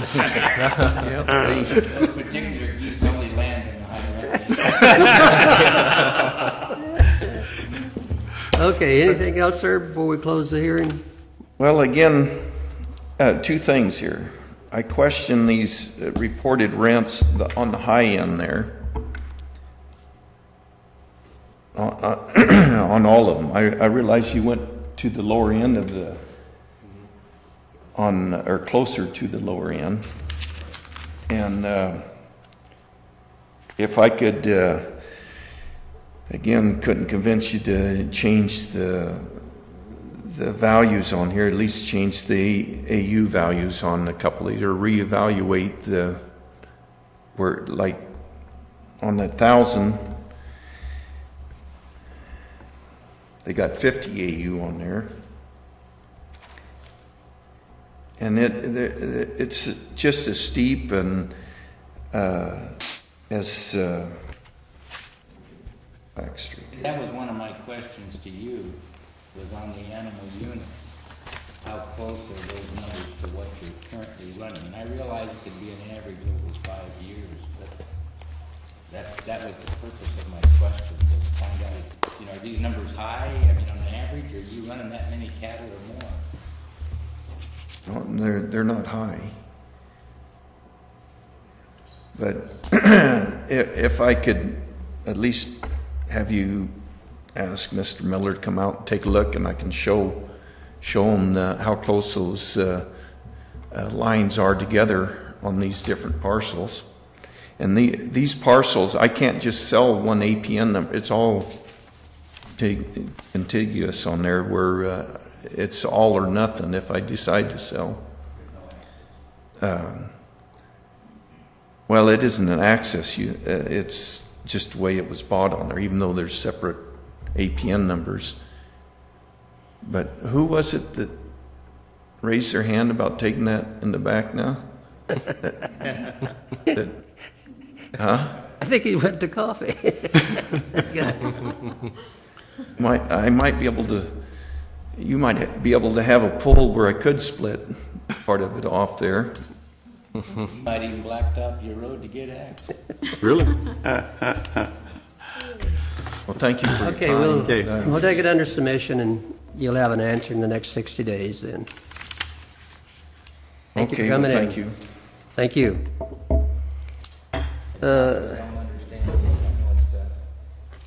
Well, I thought the values are going down here over the last couple of years, but yet he's increased them again over the last 2 years. All right, thank you, sir. Thank you. Okay, now we can go back to item 4. Okay, thank you, sir.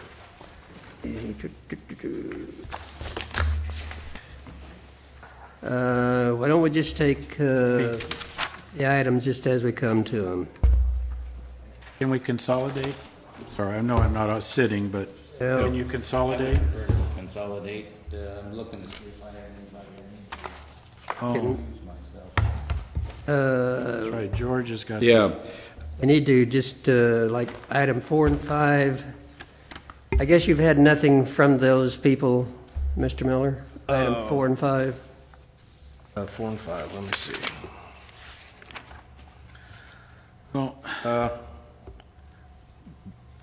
Number 4 indicated he would not appear and that he no longer owns the property, so. And number 5 indicated he was going to withdraw. Okay. So we can deny those items 4 and 5 for non-appearance then. Could I have a motion to deny item 4 and 5 for non-appearance? I make a motion that we deny agenda item number 4 and 5 for non-appearance. Okay, is there a second? Second. All in favor say aye. Aye. Aye, so moved.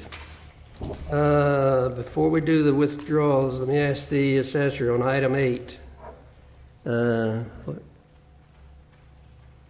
So, let me see. Notice this one. Notice return. Got a big stack of papers here this time around.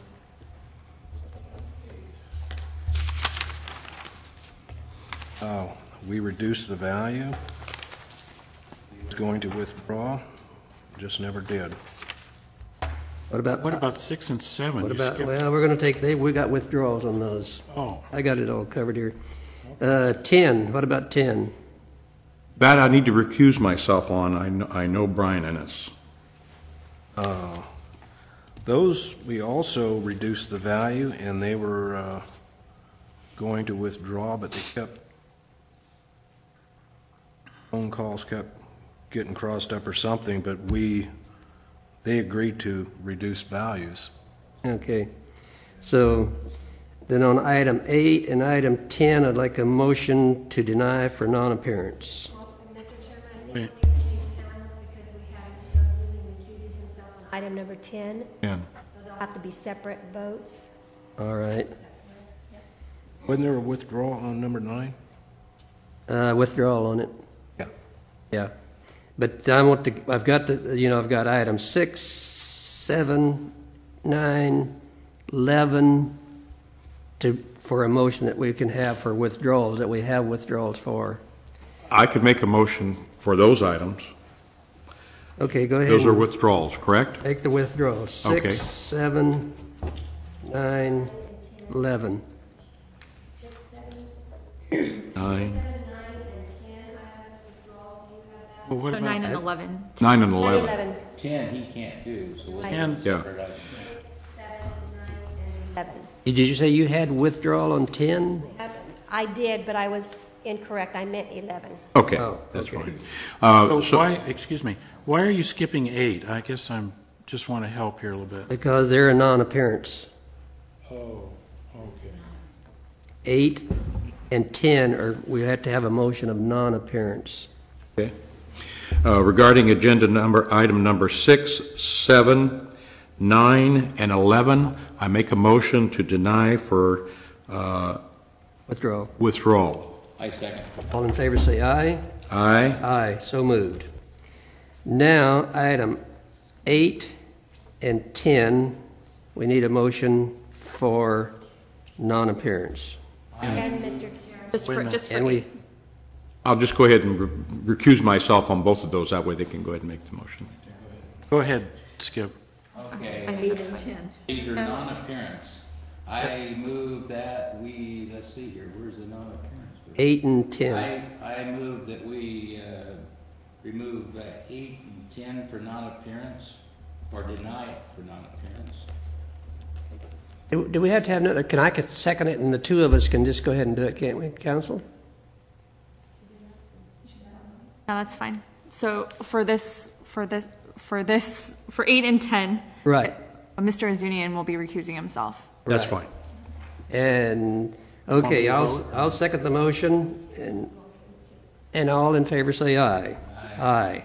Carried, motion carries.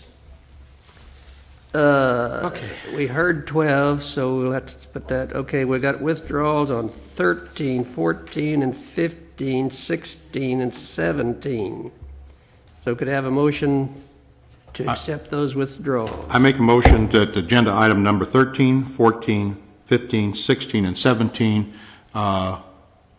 be indicated as withdrawals. I second. All in favor say aye. Aye. Aye, so moved. Assessor's Office on item 18, what do you have? You have any notice? Indicated he was not going to appear. I have a conflict with him. He's a prior client of mine. Okay. 18 is a non-appearance, is that right? What about 20?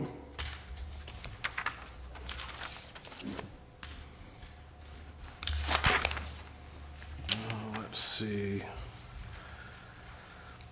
He was going to withdraw. We did a roll correction and reduced the value.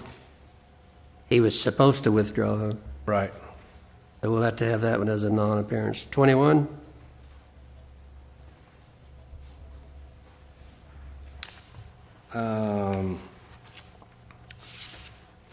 They were both 441 requests that we'd sent the letter out quite a while back.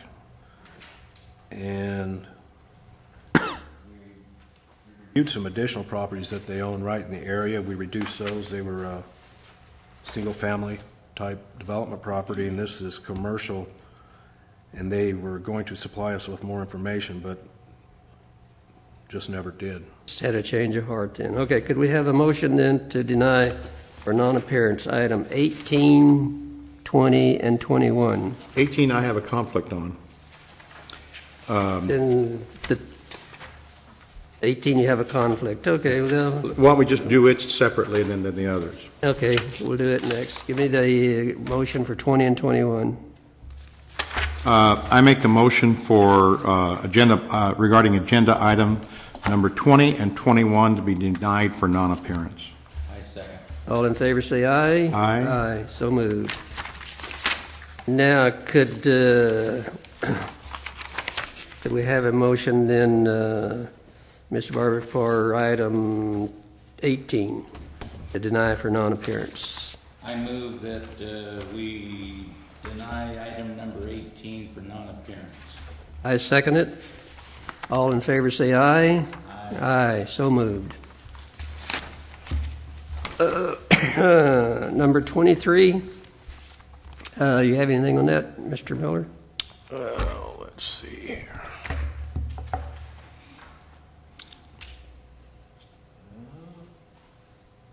He was going to withdraw.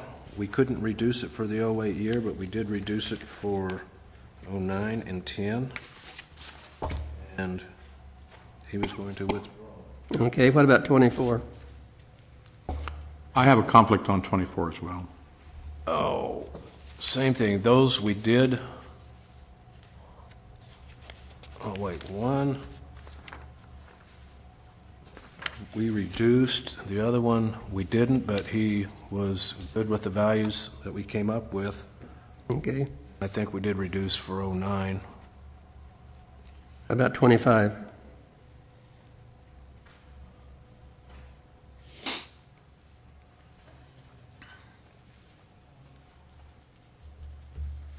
Oh, a lot of conversations with him, and indicated that they may May. but we couldn't reduce it for 08. Okay. Yeah, so could we have a motion then to deny for non-appearance item 23 and 25? I make a motion that we deny items number 23 and 25 for non-appearance. I second. All in favor say aye. Aye.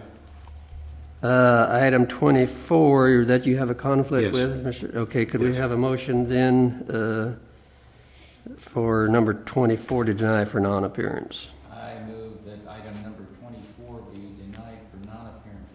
I second it. All in favor say aye. Aye. So moved.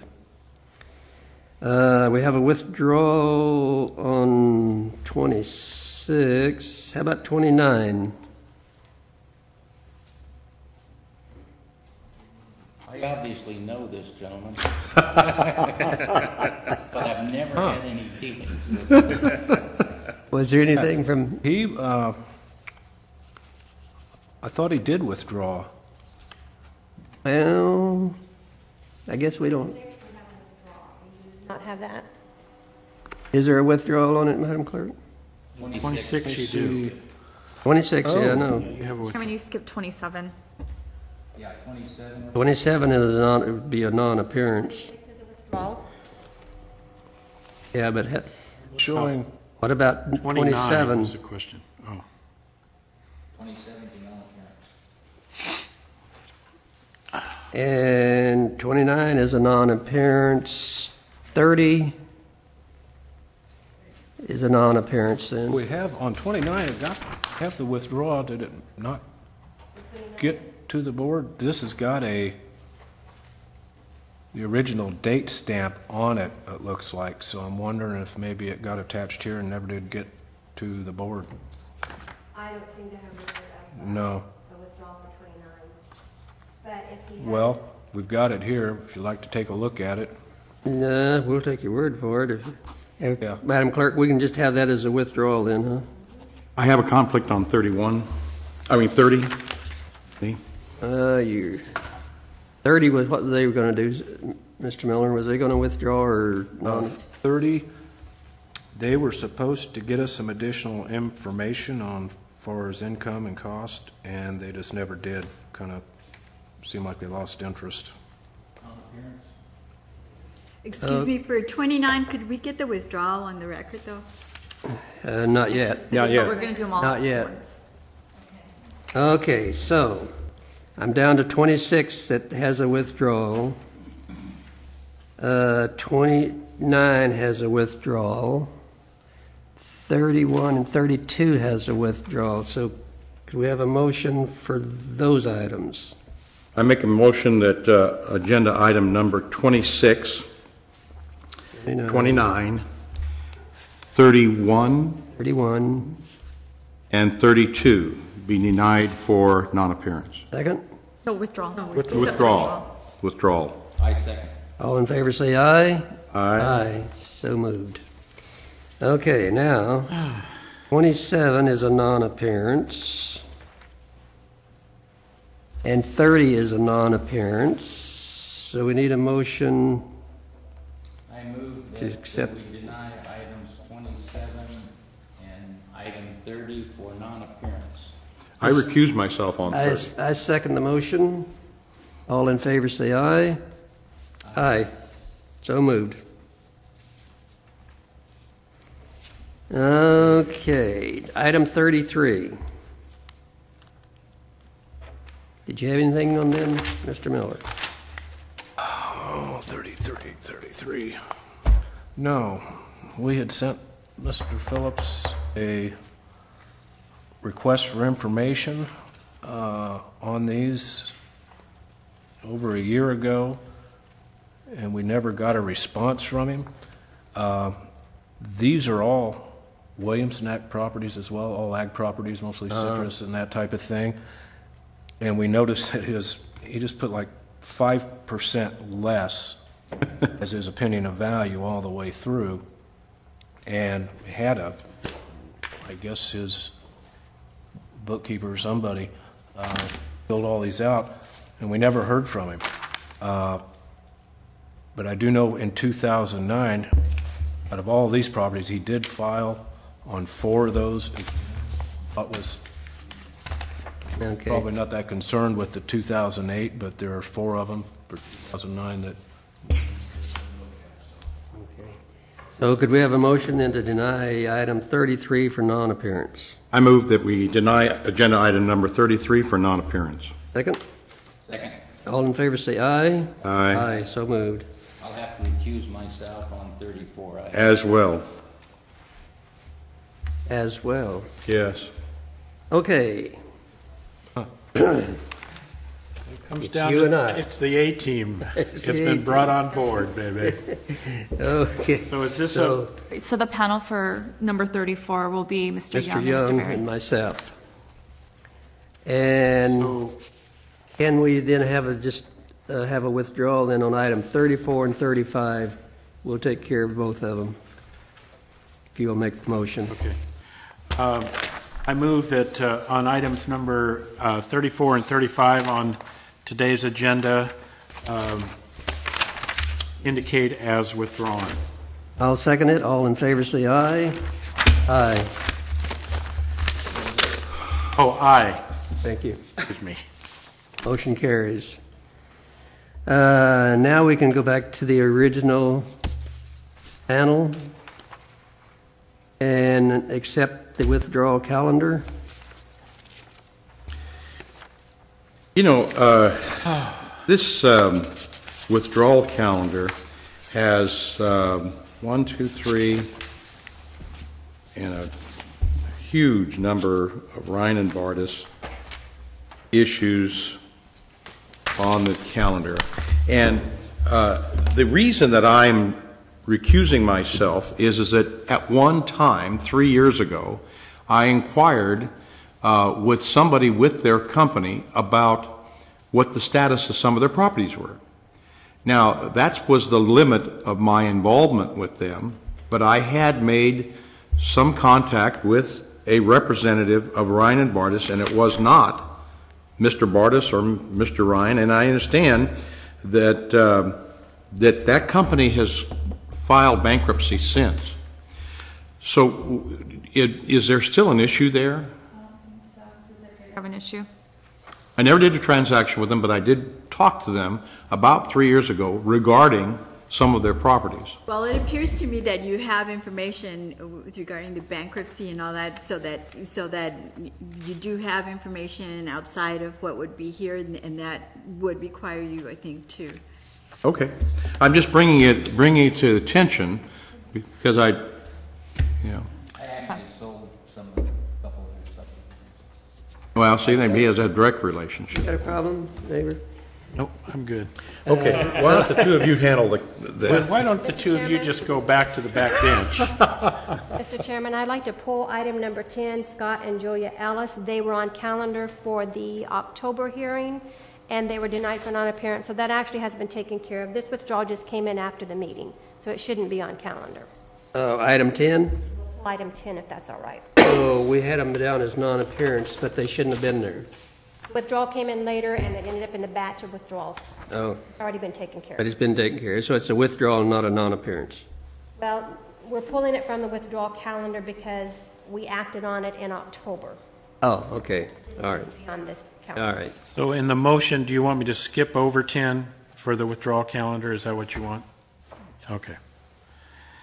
I move that we accept the withdrawal calendar for November 15th, 2010, numbers 1 through 9, and then numbers 11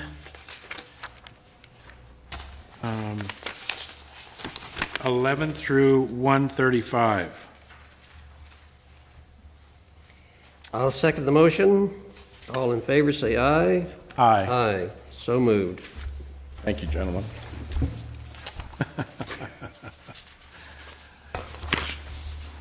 Okay. Anything else from the assessor's office before we close? One more out. Could be anything else. You'll have a light calendar for December? Certainly hoping so. We just don't have that much time between now when it is. We're furloughed next week. Office is closed. Next week? Oh, you closed what? Thanksgiving. Friday or Thursday? Well, actually for the whole week. The whole week? Yeah, office is furloughed 3 days prior, Monday, Tuesday, Wednesday we're furloughed, and then off for Thanksgiving, Friday. Huh. Any openings there? Sure. We got lots, actually. They don't get paid for the furlough days. Well, I'm used to long hours. Okay, we will close the open session for the Assessment Appeal Board for Tulare County on November the 15th. I'd like to thank council.